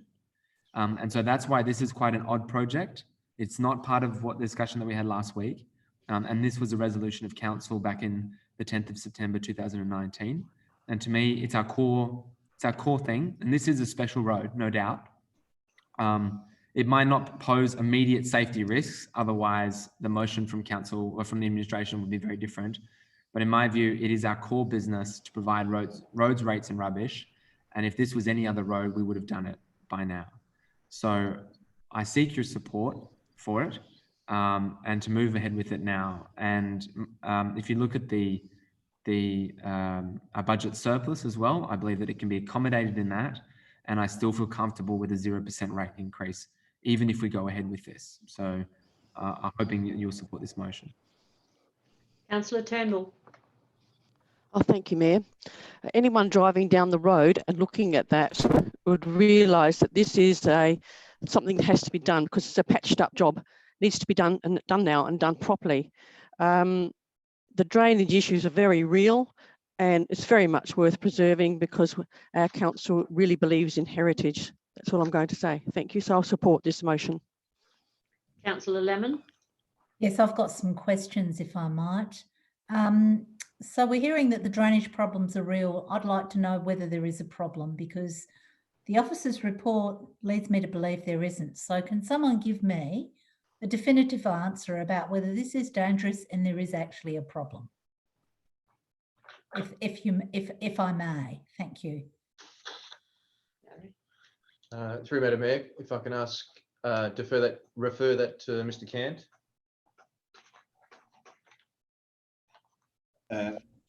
Through your worship, I understand that there's some localised ponding issues that occur on site, and undertaking this project will certainly improve that issue. I'm not aware of any reports of any property flooding or any significant safety concerns. And when we assessed it, we're not concerned with respect to a risk, maintenance or safety issue. When did you assess it? Can I ask that? The conditions are assessed every year, and we undertook that process as part of the development of this report as well. Thank you. If I may speak to it now. If I may speak to it now. Yes, of course. Yes, thank you. This came up as a council resolution last year, where we actually sent administration away to consider this. We didn't say we were going to do it. We said we want you to consider it and look at how we can fix this problem. And I remember it quite well because we had deputations at that time. And what I've subsequently found out today, or tonight, in fact, is that this isn't in our asset management plan or our long-term financial plans in that sense. But what this officer's report does is bring it into both those places. So what actually didn't exist in a real sense as an asset to be managed and maintained, given the officer's report, it now will be, is my reading of it. So I can't actually support this motion as it stands. What we've got here as an officer's report is a report that will actually do this very thing next year. And I don't see the urgency to proceed with this within the current financial year. What administration has done is it's actually given us exactly what we've asked for in two ways. It's given us what we asked for in terms of considering it and looking at remediating what is a very important, I'm not disputing, this is heritage listed. Yes, it does need fixing. Yes, we need to take care of it. Yes, it should be on our asset management plans. I don't dispute any of that. It is a worthy project. But what administration has also given us is a response to what we said a fortnight ago, which is we're going to have zero rates and there'll be no discretionary spending. So they've come back with this report saying, yes, it is important. Yes, we will fix it. Yes, it's going to cost whatever it's going to cost. There is design issues. It's not a short project, I would imagine. You're going to get engineers in, you're going to get designers in, you're going to have the bluestone quarried, and we're going to get stonemasons that are doing it. To do it properly, you can't rush. This is not going to happen before the end of July. So I actually think that what they've given us is exactly what we've asked for. And we should stick with the officer's report because it will deliver the goods. It just won't deliver it this year. And this year is not when we're looking to spend this sort of money. It's and I'm assured by administrative staff that this is not a dangerous situation. There aren't any flooding issues. There aren't any danger issues. But the report actually tells us it's important, we should do it, and we will put it into next year's budget. And that is what we ought to be doing, not putting in hundreds of thousands of dollars into this year's budget for something that is, whilst very, very worthy, that's money we can have up our sleeves for any contingencies that we might find between now and Christmas time, between now and this time next year, because I don't know what's going to be happening. Nobody knows what's going to happen between now and next April. And I just think that we can talk about this again next April and laugh at our current situation. But this isn't something that has to be done this year. It can wait. And it can wait beautifully. 1 minute to go. Yes, thank you. It can wait beautifully because it is here. We resolve the officer's recommendation. It's going to happen. It is a council resolution and it's going to happen, and it's going to happen in next year's financial plan, not the one we're currently looking at. 21-22 is when it's going to happen. And that is when it should be happening, given our conversation of a fortnight ago. Right, no further hands are up, so I'm going back to Councillor Davey to summarise. Thank you, Mayor. Thank you, everyone, for your comments. As has been outlined very clearly, this street, which is one of our premier heritage assets, needs to be maintained to ensure it's fit for purpose. Sure, it's a special set of circumstances as it's over 120 years old. It is not a pet project.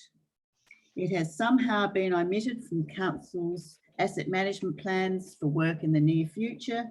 But as you know, and you've all received, at least 14 of the residents of the street believe that it needs remediation work to prevent flooding.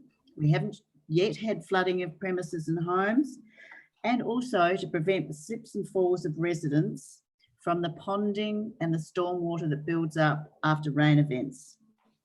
These are very important considerations. And as has been mentioned, if it was any other street in Burnside, these would already have been fixed.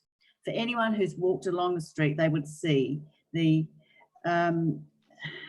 asphalt that's been imposed over the bluestone curbing at the crossovers, the driveways, which has very narrow aperture for the storm water to progress under the asphalt in these storm events. We've just started our rainy season, and I'm not sure when the engineering assessment was made or the staff's assessment was made. We've just had a very dry 12 months, so I'm not sure if they actually noted and measured the deep ponding and the flooding that occurs. As outlined on page 329, the parkway, and this is the heritage assessment of it, which was done in 1986. The stone guttering in the Parkway Leabrook is one of the streets subdivided. It's a representative of one of the streets subdivided in the 1880s in what was called the Knightsbridge area, which is now Leabrook. And the bluestone guttering and curbing retained in this street is evidence of the finishes of early streets and roads of the time. It should be retained. The recommendations are it should be retained in the parkway and repaired as necessary. Council should resist the tendency to reset this type of curbing in hard concrete mortar as it alters the historic finish and removes the early character of the curbing. It needs review and maintenance. It's one of our streets. It has special significance, and it's actually one of our $455 million worth of assets that council maintains. So it's something to be proud of. It's something to be maintained and looked after. The residents, as they have told us, highly value it, but feel it's unsafe.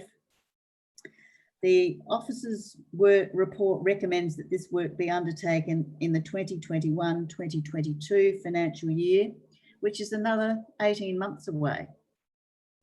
But this motion is asking for its inclusion in this financial year, the next financial year. So that's in the next 12 months, which I think is reasonable.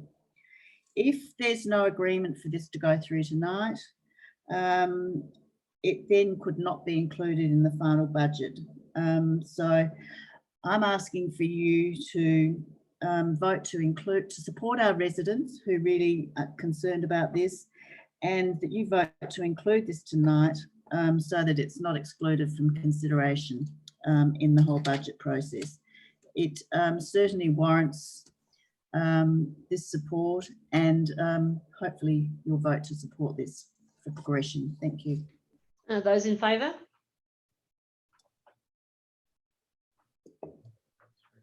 Carried. Right, it's 6 minutes to. Yep, 6 minutes to. 6 minutes to. I need a decision from you as to whether we defer the one remaining item until the next meeting or not. Like a mover. Or an extension of time. Or an extension of time. I would like to move that we defer the item into the next meeting. I think it's just the Tusmore Pool and Park Run on the left. I don't think they're critical to. There's only the Park Run left. Oh, only Park Run. I think we should just defer it. It's not critical to decide tonight. I wouldn't have thought. And seconder, Councillor Piggott. Yeah. Right. Those in favour? Carried. Thank you. We'll just move straight to the end of the meeting, and there is not much I think we have to do. Is there? I haven't got this lot. Other business? No confidential items. Your Mayor, I've got somebody. Hang on. Yes, Councillor Cornish. Your Mayor, I just wish the CEO a very happy birthday tomorrow. I've changed my background, so happy birthday to our CEO for tomorrow. Thank you very much. Much appreciated. Thank you for doing that. I was about to do that, but yours is much more picturesque than mine. I love it. Thank you, Councillor Cornish. Well done, Peter. So I close the meeting at 10:55. Yep. Right. Thank you very much for your attendance. Thank you. Thank you. See ya. Yeah. See you next time. Laters. Laters. Oh, I shouldn't have said that on live stream. Oh dear.